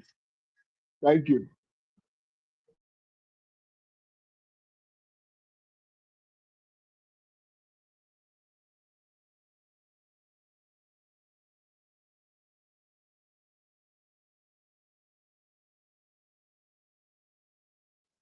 I don't know. It seems like network is dealing with you, Chintok. And I think that is my last question Okay, for today. I was thinking Yeah, I Engineer think Ike is engineer. done. I was thinking engineer. All right. Where I see Nigerian economy is I see Nigerian economy in a very very struggling stage. Let's say it will need oxygen to survive because currently jobs are are are closing. I mean, companies are closing. People are losing their jobs, and so many times you hear the case of retrenchment. They don't want redundancy. They don't have money to pay much workers, so they are cutting the number of staff they have in their companies. And if the borrowing continues and the embezzlement of the borrowed money continues, I will tell you, Nigeria will find herself in a in a hole that it will be difficult to come out of it. Thank you. Okay, thank you very much. I will say that we are rounding up. I will say my closing remark, why I will give Engineer Ike and Chintok also opportunity to say their own. It's an amazing today. We have started the discussion in the morning, and you family members has been contributing to the quota. And one thing we always said is enough to the borrowing, even if they will have to borrow, let them put it in something that is good and something that will give us a better revenue. Thank you, family members. Thank you, our sponsors. Thank you, everybody. Thank you, Engineer Ike. Thank you, Chintok. It's an amazing moment to be with you guys. I believe that Nigeria will be better. And that is why we keep saying, get your PVC, get your PVC, get your PVC. In our mind is always in my mind, and my destiny is in my hands. Thank you. All right. Thank you, Admin Chibest and Engineer Ike. We so much appreciate your contribution to the discussion this evening. I must say that I enjoyed myself discussing this topic with you guys. and especially farm members that have been following and powering. It has been great having you here this evening. And I must say that the government must wake up from slumber and do the right thing. Individuals that have people's mandates must wake up and do the right thing. We must not maintain status quo. We must not maintain status quo. We should bring about a change in what we do. And it is very important for each and every one of us to rise up and do the needful. In our mind is always in my mind, and my destiny is in my hands. Thank you. Yeah, thank you, family members. See you next time. Bye.